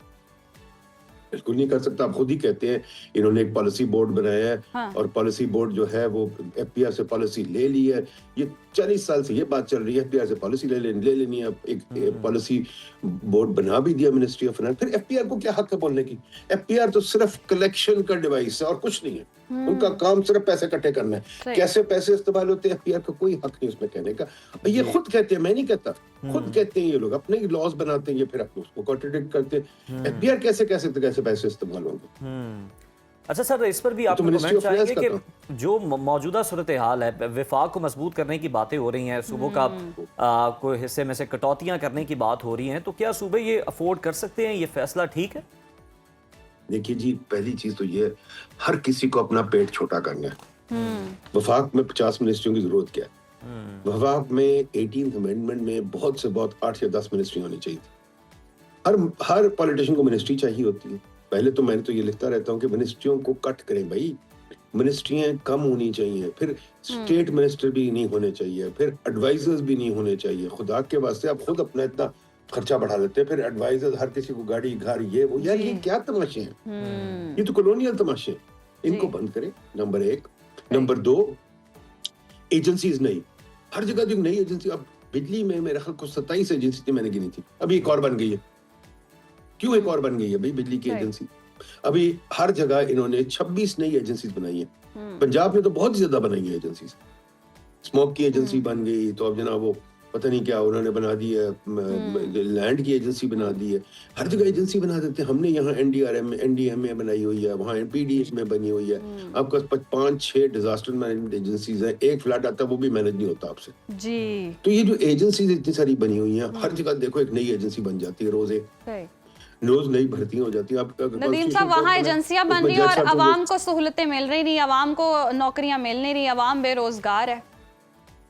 देखिए जी, अवाम बेरोजगार कोई नहीं है, ये भी आप लोग जरा थोड़ा सा पढ़ के आया करें। अवाम कोई बेरोजगार नहीं है, अवाम अपना काम कर रही है, चाहे छाबड़ियां लगा रही है, चाहे स्मगल कर रही है, इनफॉर्मल सेक्टर में अवाम काम कर रही है। लेकिन नदीम साहब, उस सतह पर तो कामयाब नहीं है ना, जिस तरह से आप बता रहे हैं कि सरकारी गाड़ियां इन्हें मिली हुई है, वाहन मिले हुए, तो अवाम तो खित्ता गुर्बत की लकीर तक ही काम कर रही है, जितना भी देख रहे हैं हम। नहीं जी, देखिए अवाम को आप छोड़ दें, आपको अवाम का नहीं पता, मुझे भी नहीं पता, ठीक है। अवाम जो कर रही है वो कर रही है, उसको करने दें। सही। अवाम को कोई जरूरत नहीं हुकूमत की, अवाम को छोड़ दें। हुकूमत को कहें अपना पेट काटे, हुकूमत को कहें अपने आपे में रहे। ये नहीं कि हर मिनिस्टर को 10 सब देखे ना, मिनिस्टर निकल रहा था 5 गाड़ियां आगे पीछे। मुझे तो याद है जब मिनिस्टर निकलता था कोई गाड़ी भी नहीं होती थी। फिर इनको जनाब अपने माशाल्लाह आप चले जाए मिनिस्टर्स एनक्लेव में, जरा चल के देखे ना कितने गार्ड खड़े हैं, कितनी चीजें, मतलब वेले खड़े हैं सारे। डिप्लोमेटिक एनक्लेव चले जाए, देखे वेले खड़े हैं सारे। भाई क्यों आपने इतनी तमाशे बनाए हुए? आपने हर सड़क बंद करनी है, उसके अंदर 50-50 पुलिस वाले, 100-100 पुलिस वाले वेले खड़े। और भाई कोई अपना निजाम तो ठीक करे ना। कोई निजाम ठीक नहीं करना, बस बंदे भर्ती करके लगाई जाने। और इन्होंने एक ही चीज सोचते हैं, बस हमारी ठाठ बढ़ जाए और बंदे लगा दे। नदीम साहब, इसका ये बिल्कुल तनकीद हम भी करते रहते हैं, लेकिन जवाब एक ही हमें सुनने को मिलता है, वही घिसा पिटा के जी सिक्योरिटी के बहुत ज़्यादा मसाइल हैं और इनकी भी जो सिक्योरिटी है वो भी हमने देखे ना यकीनी बनानी है, तो उसके लिए ये सारे अल्ले तल्ले आप कह लें या इंतजामात कह लें। सिक्योरिटी के मसाइल आम आदमी के, मेरे आपके नहीं है। सिक्योरिटी के मसाइल इनके ही हैं। अच्छा, इनकी सिक्योरिटी के मसाइल में हम लोग मर जाते हैं। अभी कल एक एक्सीडेंट हुआ सरीना के पास, क्योंकि सिक्योरिटी में आप ये करते हैं, मैंने कई दफा देखा है, आप सड़कें बंद कर देते हैं, लोगों को समझ नहीं आती वो कहाँ जाए, फिर वन वे तोड़ते हैं, फिर आगे पीछे जाते हैं, उसमें हमारी जानें फंस जाती है, एक आम आदमी की जान फंस जाती है। जब गाड़ियां अफरा तफरी में जा रही होती हैं, खुद ही कहते हैं रूल कैसे फॉलो करे? अगर आपने सड़क बंद कर दी तो दूसरे बंदे ने जाना है वन वे तोड़ के, तो मैं आ रहा हूँ उधर से, तो गाड़ी लग गई तो क्या होगा? सिक्योरिटी ऐसे तो नहीं होती कि सिर्फ एक बंदे की सिक्योरिटी, फिर ये ब्राह्मण है, ब्राह्मणों की सिक्योरिटी हो रही है, आम शूद्रों की सिक्योरिटी नहीं हो सकती। तो मेरा ख्याल है इस मुल्क में हर चीज हमें सोचने की जरूरत है और बहुत गहरी डिबेट की जरूरत है।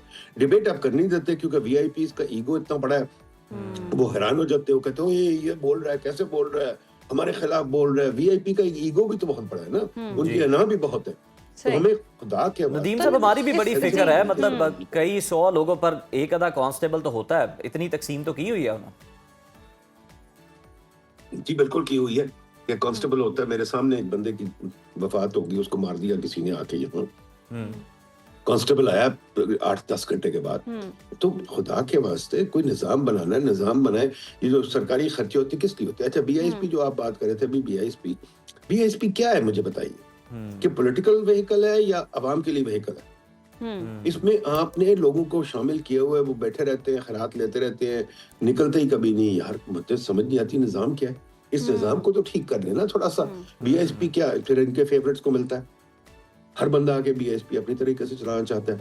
बिजली का निजाम क्या, बिजली का निजाम भी नहीं ठीक होता। हमसे कौन सा निजाम ठीक होता है ये बताएं। ये फोकस क्यों नहीं करते निजाम ठीक करने पे? पैसे डिवाइड कर रहे हैं, निजाम क्या ठीक करेंगे? बिजली का निजाम 40 साल पुराना है, इसको क्यों नहीं ठीक कर सकते मुझे बताइए।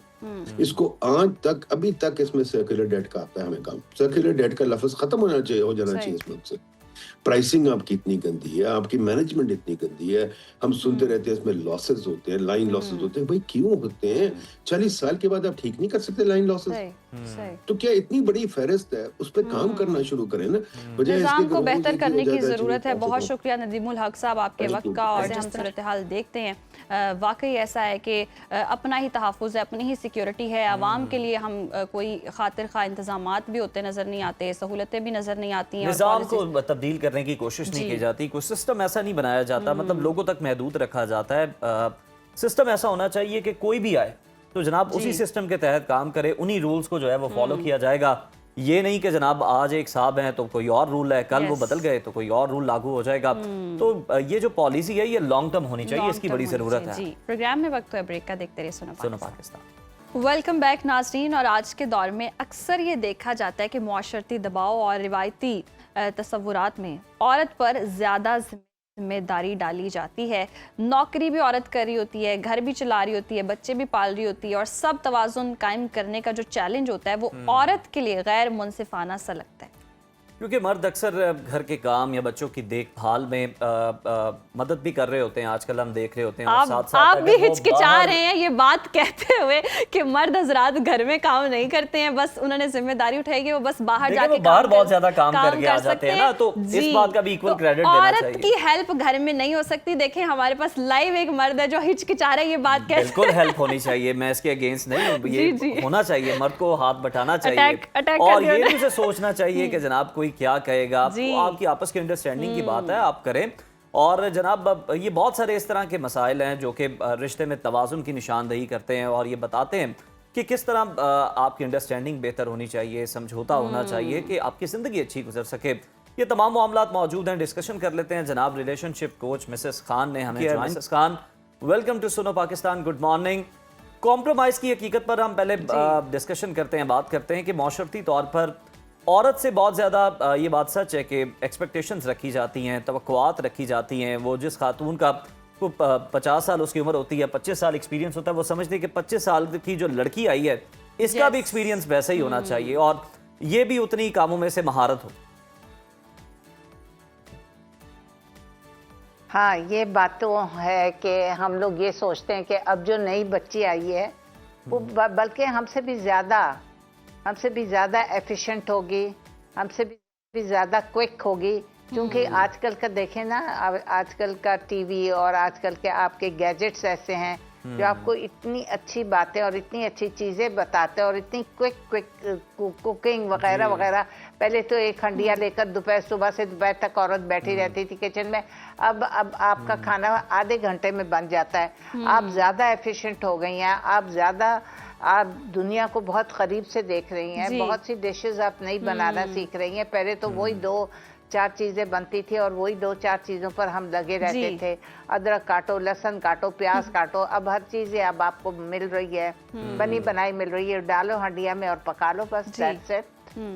मिसेस खान बिल्कुल इतना दुरुस्त hassle फरमा रही हैं नहीं है आप। पहले की अब तरह। खवातीन जो हैं हर मैदान में आ गई हैं, घर भी संभाल रही हैं, करियर में भी बहुत ज़्यादा ग्रो कर रही हैं, बच्चे भी संभाल रही हैं, फिर बच्चों की तरबियत की भी जिम्मेदारी है, फिर अपने खावंद की जिम्मेदारी है, फिर फैमिली की पूरी जिम्मेदारी है। इस सारी जिम्मेदारियों के बाद हम देखते हैं कि मर्द जो है वो क्लेम कर रहे होते हैं कि मैं तो बाहर का काम करके आता हूँ, थक हार के आता हूँ, ये सारी जिम्मेदारी तुम्हारी है। तो औरतें अगर प्रोफेशनली जाकर इतनी इंडिपेंडेंट हो सकती हैं, कमा के ला सकती हैं, तो मर्द हजरात जो हैं वो घर में काम करने से क्यों घबराते हैं? अगर काम कर लेंगे, बीवी का हाथ बटा देंगे, तो जी उनको मुआशरे में बुरा समझा जाएगा, कहा जाएगा कि ये तो बहुत ज़्यादा बीवी के लिए गुलाम बना हुआ है और सारी बातें बीवी की मानता है। ये क्यों हमारे रवैये मुआशरे में? नहीं जी, अब आप 2-3 डिकेड से ये देखें कि मर्द अगर है तो वो ज़्यादातर माँ से ज़्यादा बच्चा जो है बाप से अटैच्ड है, और बाप से अपना काम करवाना चाहता है। बाप से वो कपड़े भी चेंज करवा देगा, जूते भी पहनवा देगा, माँ को ज़रा परे करेगा। अच्छा। माँ को चाहेगा वो कि वो उसका खाना वाना बना ले या सेरेलैक वेरेलैक व्हाटएवर, और लेकिन वो खुश होता है कि बाप उसको फीडर बना दे, या मेरे बच्चों को मेरा मियाँ उस ज़माने में फीडर बनाकर देता था, उस ज़माने में उनके कपड़े बदल देता था। सब कुछ ये बात नहीं है, ये आपकी अंडरस्टैंडिंग पर भी होता है, ये आपके घर के नॉर्म्स, आपके तौर तरीके, आपके ट्रेडिशंस तो यही हैं कि औरत ही करे। लेकिन चूंकि अब पढ़ लिख कर मर्द भी थोड़ा समझदार हो गया हुआ कि मेरी बीवी भी तो थक के आ रही है, अगर मैं उसको हेल्प आउट कर दूंगा, अगर थोड़ा सा बच्चे को देख लूंगा, संभाल लूंगा, और बच्चा आपा ऐसे समझदार मर्द कहाँ मिलते हैं? क्योंकि हमारे पास बच्चा बाप के पास जाएगा, माँ के पास नहीं जाएगा, क्योंकि उसको पता है बाप मुझे गाड़ी में लेकर जाएगा, बाप मुझे मेरी मर्जी की चीजें दिलवाएगा, माँ जो है हांडी रोटी में जरा लगी रहेगी, घर के साफ सुथराई में लगी रहेगी। लेकिन मिसेस खान, अब मैं ये कह रही हूँ, अब तो माएँ भी लेकर जाती हैं, सारे काम माएँ भी करवा रही होती है। शौहर अगर काम करने गया है तो पीछे से बीवी प्ले ग्राउंड भी लेकर जा रही है और सारी शॉपिंग भी करवा रही है, जो उसकी जिम्मेदारी है वो भी पूरी कर रही है। ये तादाद भी आटे में नमक के बराबर है। नहीं देखें, ये तो वो मजबूरी के तहत कर रही है। सही। देखिए, जब खुशी खुशी जब कोई काम करना होता है, बच्चा बाप के पास भागता है। सही। अब आप ये देखें, सारा दिन बाप के लिए वो कितना तड़प रहा होता है कि बाप चीजें लाएगा, बाप ड्राइव पर लेकर जाएगा, बाप हमें खाना खिलाने लेकर जाएगा। जब बाप आएगा तो ये सारी चीजें होंगी, तो वो बाप का ज्यादा इंतजार करता है। उसको पता है कि माँ अकेली तो जाएगी नहीं, माँ जाएगी जब बाप आ जाएगा। तो बाप को अब ज्यादा प्रेफरेंस मिल रही होती है। वो एक जमाना था कि जब बच्चा रोता था और औरत भाग कर लेकर निकल जाती थी कि मेरा मियाँ सो रहा है, उसने सुबह जाना है दफ्तर। उस जमाने में औरत काम नहीं करती थी, सारी रिस्पॉन्सिबिलिटी कमाने की जो होती थी वो मर्द के कंधों पे होती थी। औरत जो थी सिर्फ घर को देखती थी, घर को सुपरवाइज करती थी, घर का खाना बनाती थी, बच्चों को देखती थी, उनके कपड़े धोना, खिलाना पिलाना, व्हाटएवर, ये सब कुछ तो करती थी। लेकिन मिसेस खान, आप ही जैसे बताती भी हैं कि अब तो मर्दों की डिमांड आ रही है कि खवातीन काम करती भी हों, कमाती भी हों, घर भी चलाती हों, खाने भी बनाने आते हों, घर गृहस्थी भी संभाले, सब कुछ करें। औरत ना हो गई स्पाइडरमैन हो गए। नहीं, तो अब आप ये देखें मर्द कितना उसके साथ कोऑपरेट कर रहा है। ये मत कहें, वो 2% 5% को आप छोड़ दें, उनके यहाँ तौर तरीके बिल्कुल ऑर्थोडॉक्स होते हैं। अब माएँ भी कहती हैं, देखो तुम्हारा बच्चा रो रहा है, तुम वो काम कर रही, चलो उठो बच्चे को देखो, या व्हाटएवर। वो खुद ही बाप जो होता है ना, अपने बच्चे से ज्यादा अटैच्ड होता है। बाप जो होता है फौरन बच्चे को उठाएगा, उसको बहलाएगा, फीडर बनाएगा, उसको फीडर देगा, उसका पैम्पर चेंज करेगा, उसको नहला भी देगा, उसको सुला भी देगा। ये सब घरों में अब हो रहा है। अब आप ये बात समझें कि वो जमाने गए 4। अच्छा मिसेस खान, फिर ये भी तो मसाइल आते हैं ना कि हम देखते हैं कि खवातीन जो प्रोफेशनल लाइफ में है माशाल्लाह बड़ा अच्छा ग्रो कर रही हैं, काम कर रही हैं, और हस्बैंड से भी अगर उनकी कोई सीट अच्छी है, ज़्यादा तनख्वाह है, तो उम्मीद वो ये रख के बैठ जाती हैं। हालांकि हर जगह का कल्चर होता है, हर जगह का मिजाज और होता है। यूरोप का और यहाँ पे हो रहा है, तो ये एक्सपेक्ट कर रही होती हैं कि हस्बैंड जो है वो जनाब घर पे खाना भी तैयार करे और तमाम जो है वो सफाई सुथराई भी आपने की हो। तो ये कितना गैर हकीकी है? बुराई अच्छाई हम एक साइड पे रखते हैं, ये कितना गैर हकीकी है हमारे माशरे? हाँ, ये हमारे ईस्ट में तो बहुत बुरा समझा जाता है, लेकिन ये वेस्ट में जहाँ इक्वल राइट्स हैं, वुमेन एंड मेन, दे से वी हैव इक्वल राइट्स। जब इक्वल राइट्स होते हैं तो बोथ हैव टू वर्क। जितना आदमी काम करेगा उतना औरत भी काम करेगी, जितना आदमी अर्न कर रहा है उतना औरत भी अर्न कर रही है। तो दोनों के देखें हकूक जब बराबर होंगे तो वो बराबर काम करेंगे।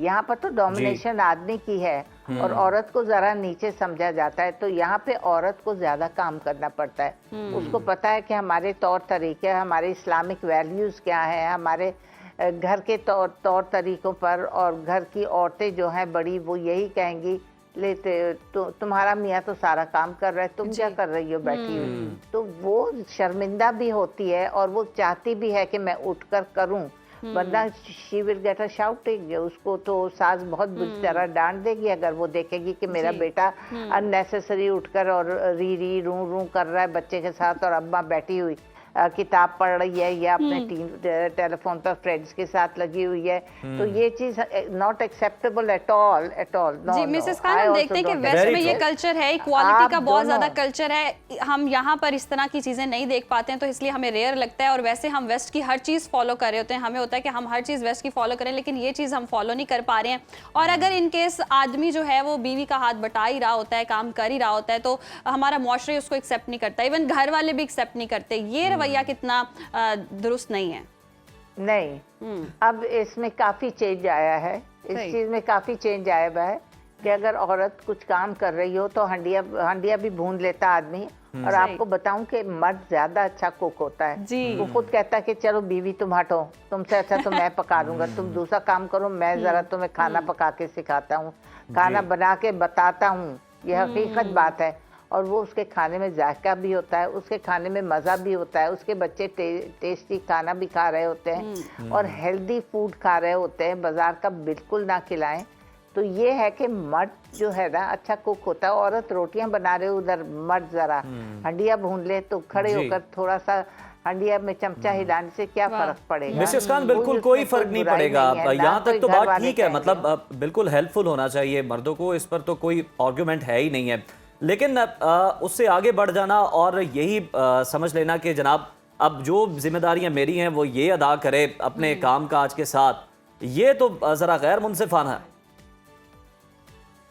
हाँ, ये है कि अगर आप कह दे कि अच्छा जमीन पे बैठ के कपड़े रगड़ रगड़ के धो दो, तो वो चीज जो है वो और जब उसने आपको ऑटोमेटिक मशीन लेके दी हुई हो है। नहीं, हर एक के घर ऑटोमेटिक मशीन हर एक के घर, बाज घरों में अभी भी हाथ तो से आपा ये तो और ज्यादा सिंपल बात है, कपड़े उठाने और ऑटोमेटिक मशीन में डालने, ये भी मर्दों को अगर मसला कर रहे हैं तो फिर मर्दों को तो अब पता नहीं फिर क्या चाहिए। नहीं, देखें ये बात नहीं है, मर्द पर भी इतना जुल्म ना करो। औरत बनी ही ऐसी चीज है कि वो सारा काम मैनेज कर लेती है, उसको अल्लाह मियां ने इतनी सलाहियत दी है कि वो टाइम फिर आपा ये तो फिर कॉन्सेप्ट खत्म हो जाना चाहिए कि औरत नौकरी करे, फिर औरत तो मुरे खानादारी करे, फिर एक्सपेक्टेशंस जो है उनको कम कर लिया जाए, जितनी चादर है उतने पांव फैलाए जाएं, घर बड़ा अच्छा चलेगा। अक्सर औरतें जो घरों में उन मर्दों को सपोर्ट कर रही हैं जो कमा के नहीं ला रहे, अब तो ऐसे भी मर्द हजरात आ रहे हैं जो औरत की कमाई पे चल रहे हैं, तो मर्दों की वो वाली चीज भी तो अब देखनी पड़ती है ना, घर सिस्टम चलाने के लिए खवातीन को बाहर निकलना ही पड़ता है। इन केस अगर वो निकल आती है, कसूर हुआ जी बेटा, नहीं ये औरत का कसूर है, उससे ऐसे मर्द से क्यों शादी की जो कमाता नहीं, उसको पहले नहीं पता था कि मेरा मियाँ नहीं कमाता, मुझे थोड़ा बहुत कमाना पड़ेगा, मुझे उसको हेल्प आउट करना पड़ेगा और उसको मोटिवेट भी करना पड़ेगा। औरत की मोटिवेशन बहुत जरूरी है जी। नहीं, औरत अगर मोटिवेट करे और रोना पिटना डाले कि मैं कैसे खर्चा करूंगी, अब आप उठें, देखें, करें कुछ। औरत अगर अपने मियाँ को सही लाइन पे लगा देगी तो और मर्द लग जाएगा, प्यार मोहब्बत से मर्द कमाने भी लग जाएगा और बीवी को हेल्प भी करेगा। वो रोएगी पिटेगी कि भाई इतना काम बच्चों का कैसे करूं, तो वो ला मोहल्ला अपने बच्चों का भी काम कर देगा। आप देखें तो सही, आप उसको आजमाएं तो सही, डोंट ब्लेम हिम, एकदम से मत उसको ऐसे करो। उसके साथ आप आहिस्ता आहिस्ता आप उसको राह पर ला सकते हैं। आपको मैं यकीन से अच्छा मिसेस खान, आज के दौर में जब नई नई चीजें अडॉप्ट की जा रही हैं और नेटफ्लिक्स से देख कर भी अडॉप्ट हो रही हैं, सोशल मीडिया से देख के भी हो रही हैं कि जनाब किस तरह से लाइफ गुजारी जाती है, लेकिन खुद आप उससे भी पीछे चले जाते जा रहे हैं और आपकी जो रिवायात आप उनको भी भूल गए हैं। मतलब खवातीन जो है ये अपना फर्ज समझती थी कि अपने हाथ से अपने शौहर के लिए खाना तैयार करें, ये मामला भी जो है, ये जिम्मेदारी भी जो है, ये काम वाली बाइयों के जिम्मे डाल दी गई है, जिसकी तनख्वाह भी मर्द अदा कर रहा होता है। नहीं, ये बात तो मुझे बहुत ही अच्छी लगती है कि औरत अपने हाथ से अपने मियाँ के लिए खाना बनाए और उसको दे, इससे प्यारी बात तो कोई है ही नहीं। तो आपा अब इसमें आप ये भी तो कह सकती हैं मर्द ने ऐसी औरत से शादी क्यों की है, अगर वो घर बैठी और खाना नहीं खिला पा रही है तो ये फिर औरत का फॉल्ट है। लेकिन जो औरत कमा रही है, इक्वली आदमी भी कमा रहा है, औरत भी कमा रही है, दोनों ही जा रहे हैं और फिर औरत से एक्सपेक्ट किया जा रहा है कि वो कमा के भी आए, वापस घर आए, पानी भी दे, खाना भी दे, सब टाइम में से एक टाइम का तो मैनेज हो ही सकता है ना। एक टाइम का मर्द भी मैनेज कर सकता है, मर्द को ऐसा क्या है कि काम नहीं कर सकता? मर्द मैनेज करता है, अगर आप देखें तो मर्द भी काफी काम कर रहा होता है। आप उसके कामों को गिनती नहीं है कि वो क्या क्या आपके लिए कर रहा होता है। वो भी जाकर बाहर से पानी ला रहा होता है, पानी आपके ये बड़े बड़े बॉटल्स ला रहा होता है, सारे सौदे ग्रोसरीज ला रहा होता है, आउटिंग पे ले जा रहा होता है आपको, आपका मूड ठीक नहीं है तो लॉन्ग ड्राइव पे ले जा रहा होता है, पेट्रोल जला रहा होता है, लॉन्ग ड्राइव पे खुद भी तो जाते हैं, सब कुछ खुद लेकर जा रहा होता है, लॉन्ग ड्राइव लेकर जा रहा होता है, थके होने के बावजूद भी लेके जा रहा होता है। तो औरत भी थकी होती है काम करके घर में, रात को भी वो आपको ड्राइव पर, बच्चों को जब तक बच्चे ड्राइव मर्द के भी बच्चे हैं, वो सोते ही नहीं है आजकल के बच्चे जी। तो ये भी एक बहुत बड़ा काम है, ये भी एक समझे बहुत बड़ा काम है मर्द के लिए कि वो चाहे थका हो, आपा जिस हारा हो, रिश्ते में कैसे मेरे भी ख्याल हो, से काम वो अपने समझकर बच्चों करना को और पड़े बीवी ना, को तो वो लेकर तो फिर जाएगा। खुशी रहती नहीं है। काम और ये चीज समझनी पड़े कि ये जिम्मेदारी और काम करना है, वक्त की किल्लत है। बहुत शुक्रिया मिसेस खान। और यकीनन अगर ये फील हो रही है ना कि मुझे एक काम की सूरत में करना है, अपने बच्चों को टाइम देना है तो काम है, बीवी को टाइम देना है तो काम है, तो फिर तो आपकी कोई रिश्ते में ना खूबसूरती हुई, ना कोई इमोशनली आप अटैच हुए, तो ये प्यार मोहब्बत से काम होते हैं। आपका दिल चाहे कि आप अपने बच्चों के साथ टाइम स्पेंड करें, आपका दिल चाहे आप अपनी बीवी को सपोर्ट करें, ये अंडरस्टैंडिंग दोनों तरफ से होनी चाहिए। मैं ये नहीं कह रही कि खवातीन ही सब कुछ करें, लेकिन मर्दों को सपोर्ट कर देने में कोई मर्दों को मसला थोड़ा नहीं है। बहुत सपोर्ट बुनियादी करना चाहिए, एक हेल्पफुल इंसान की होना जरूरत- चाहिए, yes, बिल्कुल होना yes. चाहिए, लेकिन सिरे से ही आप कहें कि मैं बैठूंगी और मर्द काम करे, Obviously, ये भी बिल्कुल ठीक अगर नहीं वो है। वर्किंग ये वुमन रवैया भी ठीक अगर नहीं वो है, वर्किंग बिल्कुल। वुमन नहीं है, लेकिन अगर वो काम कर रही है, बाहर जा रही है, कमा के भी ला रही है, घर में सपोर्ट भी कर रही है, तो फिर मर्द का भी उसी तरह बनता है कि वो भी सपोर्ट करे। दोनों मिलकर फैसला आप कीजिए, हम ब्रेक दोनों लेते मिलकर हैं। खाना बना सकते हैं, कोई मसला नहीं है इसमें। जी, फैसला आप करें, ब्रेक का वक्त हो। वेलकम बैक नाज़रीन। और जैसे कि आप सब लोग जानते हैं कि सर्दी का मौसम आ चुका है, और मौसम सरमा जैसे ही आता है तो जुकाम भी लेकर आता है, खांसी भी आती है, नज़ला भी होता है, और ये बड़ों बच्चों सब में ये शिकायत होती हैं और बड़ी परेशानी होती है। सोने में बहुत ज़्यादा मसला हो रहा है, रात में बहुत ज़्यादा खांसी होती है, डिस्टर्बेंस हो रही होती है। तो कौन सी अलामात जो है वो मामूल बन जाती हैं, और क्या चीज़ ऐसी होती है कि जिसको हम इग्नोर कर रहे होते हैं और फिर ख़तरनाक सूरत हाल इख्तियार कर लेती है। आज के सेगमेंट में हम यही जानेंगे कि सर्दी में बच्चों और बड़ों में नज़ला और खांसी क्यों बढ़ती है, खतरनाक अलामात इसकी कौन सी हो सकती हैं जिन पर फौरन तवज्जो की ज़रूरत होती है, और कौन से घर में आसान नुस्खे और एहतियाती तदाबीर हैं जो कि आपको आराम पहुँचा सकती हैं। हमारे साथ स्टूडियोज़ में मौजूद हैं माहिर तिब हकीम हाफिज़ फरहान हनीफ साहब। हाफिज़ साहब, आपको खुशामदीद कहते हैं प्रोग्राम में। फरहान साहब, सर्दी में नज़ला और खांसी ज़्यादा क्यों बढ़ जाते हैं? गर्मियों में तो बड़े रेयर ये केसेस होते हैं, लेकिन सर्दियों में तो हर दूसरा शख्स इसका शिकार होता है। देखें, जब सर्दी मौसम में आती है तो उससे सबसे पहला काम ये होता है कि इंसान के अंदर ठंडक आने की वजह से, जैसे हम बाज़ार में जाते हैं सर्दी की वजह से, बाज़-औक़ात आप बाइक पे जा रहे होते हैं तो सर्दी की वजह से आप सुकड़ जाते हैं, थोड़ा सा क्लोज हो जाते हैं। जैसे ही आप जाके धूप में बैठते हैं या चूल्हे के आगे बैठते हैं तो फ़ौरन जिस्म आपका बिल्कुल सही हो जाता है। यहाँ पे ठंडक जो है ये सुकेड़ पैदा करती है। सर्दी है बेसिकली आपके लंग्स को उसके अंदर या सुकेड़ वाक़ कर देती है। अगर आपने इस मौसम में दलिया खा लिया, ठंडा थोड़ा सा भी फ्रिज में रखा हुआ फल खा लिया, या आपने राइस खा लिए वो भी सफ़ेद फॉर्म में और ठंडे हल्के से भी, अभी पके अभी ने खाए शाम को खा लिए, या इसमें आपने आइसक्रीम खा ली, आपने दही भल्ले खा लिए, इस तरह की चीज़ें थोड़ा सा अवॉइड करें। ठंडा दूध इस मौसम में थोड़ा सा अवॉइड करें। बच्चों को भी दूध देना हो तो हल्का गर्म करके दें।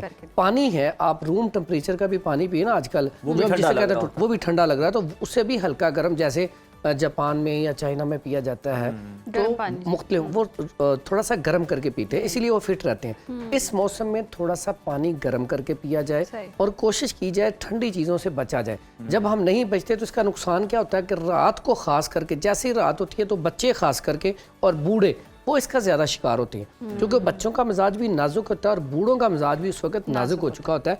इन्हें बड़ी जल्दी बलगम रेशा भी हो जाता है, सांस की तंगी तो फ़ौरन हो जाती है। जैसे ये सर्दी में जाएंगे बच्चे, जैसे शादियों का मौसम है, शादी में आप बच्चे को ले गए, आपने सही तरीके से उसे आपने कवर नहीं किया तो बच्चे को ठंड लग जाएगी, ठंड लगेगी तो बच्चा क्या करेगा, फिर सांस की तंगी पैदा होगी, बलगम रेशा बन जाएगा। बाजू का ऐसा होता है माँ बाप रात को सो भी नहीं सकते, 2-2 3-3 दफ़ा जाके हॉस्पिटल जाते हैं या निबोलाइज करते हैं तो फिर जाके बच्चे का सांस बहाल होता है। इसी तरह बुजुर्गों का ख्याल रखना चाहिए। और बच्चों को ये जो मसला लगता है सबसे ज़्यादा, बच्चे जैसे ही छोटे बच्चे खास करके उठते ही नंगे पाँव फर्श पे आदत होती है गर्मियों में जैसे, इसी तरह जो बुजुर्ग होते हैं अक्सर औकात उन्होंने यहाँ पे तो कवर किया होता है, अक्सर पाँव में ना अक्सर देखेंगे आप बुजुर्ग जो हैं वो सॉक्स नहीं पहनते, शूज़ नहीं पहनते, तो वो इसी तरह तो ये सर्दी जो है बैरूनी अवामिल है हाफिज़ साहब, लेकिन कोई इम्यूनिटी भी किसी की कमज़ोर हो सकती है, बिल्कुल इस वजह से भी होता है। सर देखें ना, बच्चों की इम्यूनिटी कमज़ोर होती है इससे भी, और बड़ों की भी।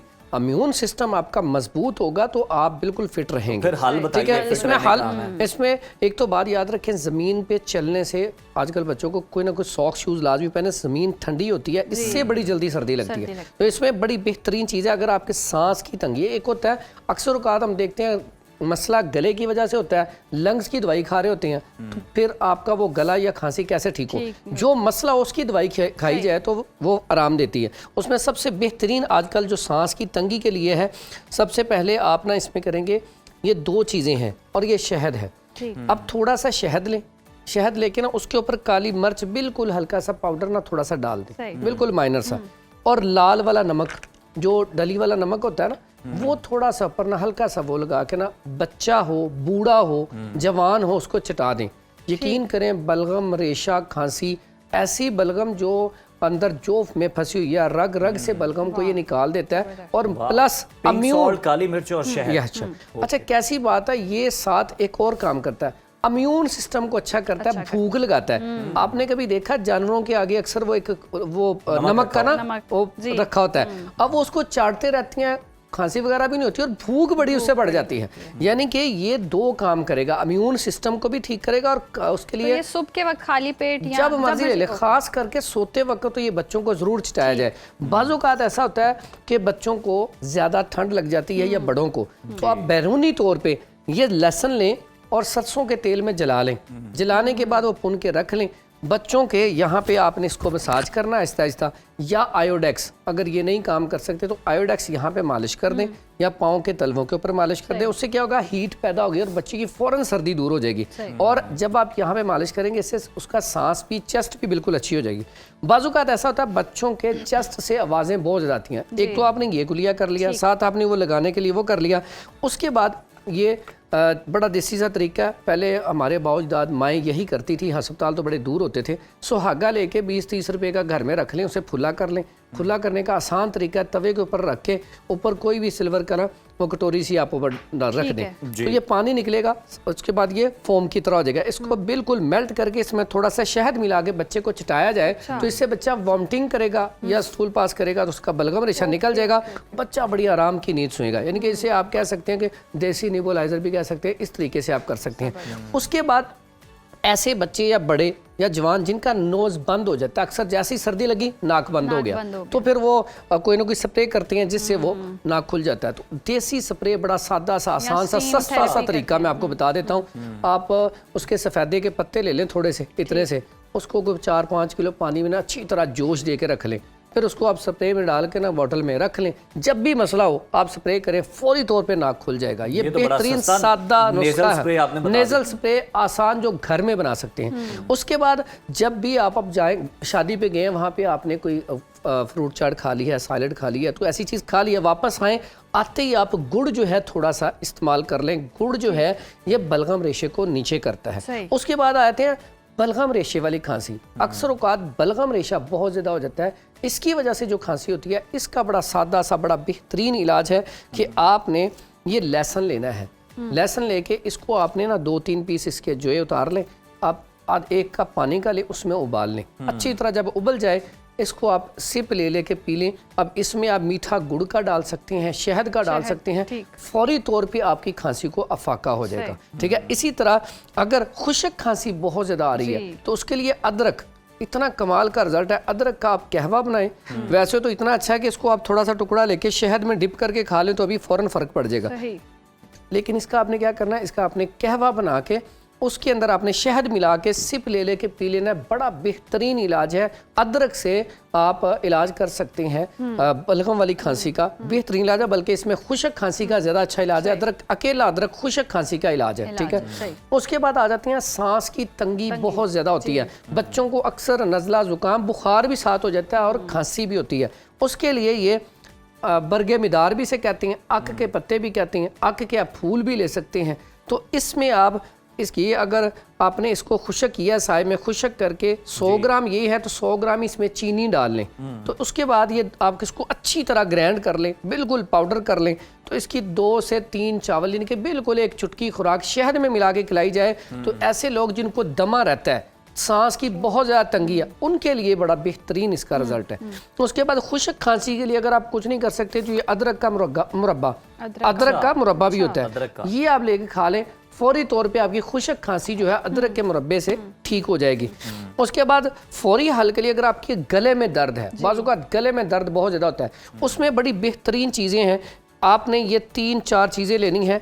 मुलट्ठी ले लें 50 ग्राम, सौंफ ले लें 50 ग्राम, उसके बाद हल्दी ले लें 50 ग्राम, उसके बाद ये कुट शीरी ले लें 50 ग्राम।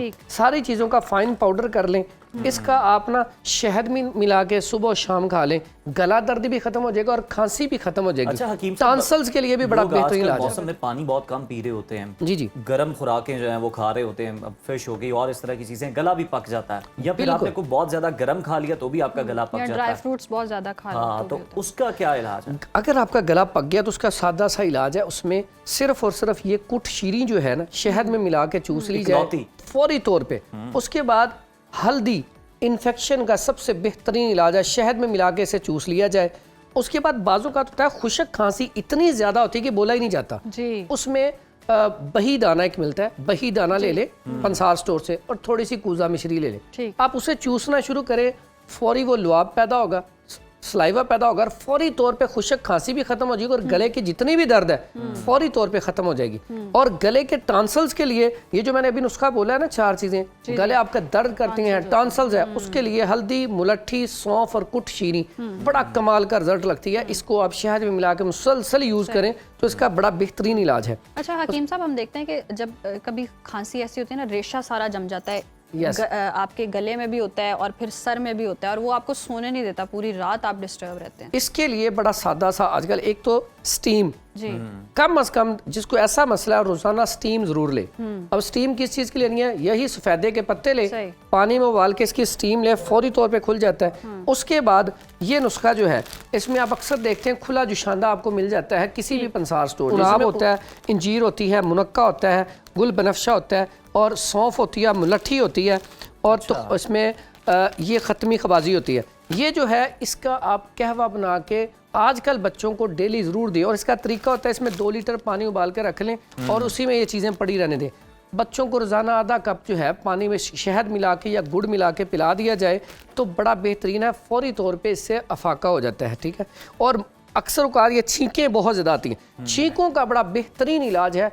बच्चे या बड़े ऐसे लोग जिनको छींकें आती है, सिर्फ मुनक्का ले लें 11 अदद, इसको इतना पकाएं पानी में, अगर आपने 1 गिलास रखा है तो चौथा हिस्सा रह जाए, वो फिर सिप ले लेके पी लिया जाए, यकीन करें फौरी तौर पे आपकी छींकें बंद हो जाती हैं, आपका नाक भी खुल जाता है। सर्दी, क्योंकि ये सर्दी की वजह से और आपको जब जैसे ही हवा सुबह के टाइम पड़ती है तब होता है। अगर आपको मुनक्का ना मिले तो फिर लौंग 3 अदद लेके तो उसका आप अच्छी तरह ये जुशांदा बना के वो पी लिया जाए, सिप ले लेकर शहद मिला के तो फौरी ये इसका सारे जितने मसाइल हैं आपके, खासकर जिनका सामना में सर्दियों में करना होता है, यानी जुकाम हो गया, गला बंद है या फिर बहुत ज़्यादा रेशा जम चुके हैं, खुश खांसी है लोगों का जनाब, वो सांस रुका होता है और खड़खड़ की सीने से आपकी आवाज़ें आ रही होती हैं, तो ये तमाम मसाइल का जनाब हल जो है हकीम साहब बहुत शुक्रिया, आपने वो बता दिया है। और तमाम ये नुस्खे हैं जनाब जो कि बहुत ही कम कीमत पे आपको दस्तयाब हैं और फ़ायदा इनका बहुत महंगी है, अद्वियात से भी बहुत ज़्यादा। जी जी आपके लिए जैसे आप जैसे लोग इतना कुछ नहीं कर सकते तो वो इंजीर लेके शहद में डिप करके खा ले तो इससे भी आप जैसे लोगों से क्या ये भी ठीक हो जाती है। थैंक यू सो मच हकीम साहब। इंजीर और भी ये जो जी, है वो भी अगर जो आप कुछ नहीं कर सकते इस्तेमाल उनके करें लिए शहद के भी साथ। हकीम साहब ने जाते जाते नुस्खा बता दिया। अब जा ही रहे हैं तो फिर हम भी चलते हैं। अल्लाह हाफिज, अगले हफ्ते मुलाकात होगी। अल्लाह ने के बाद।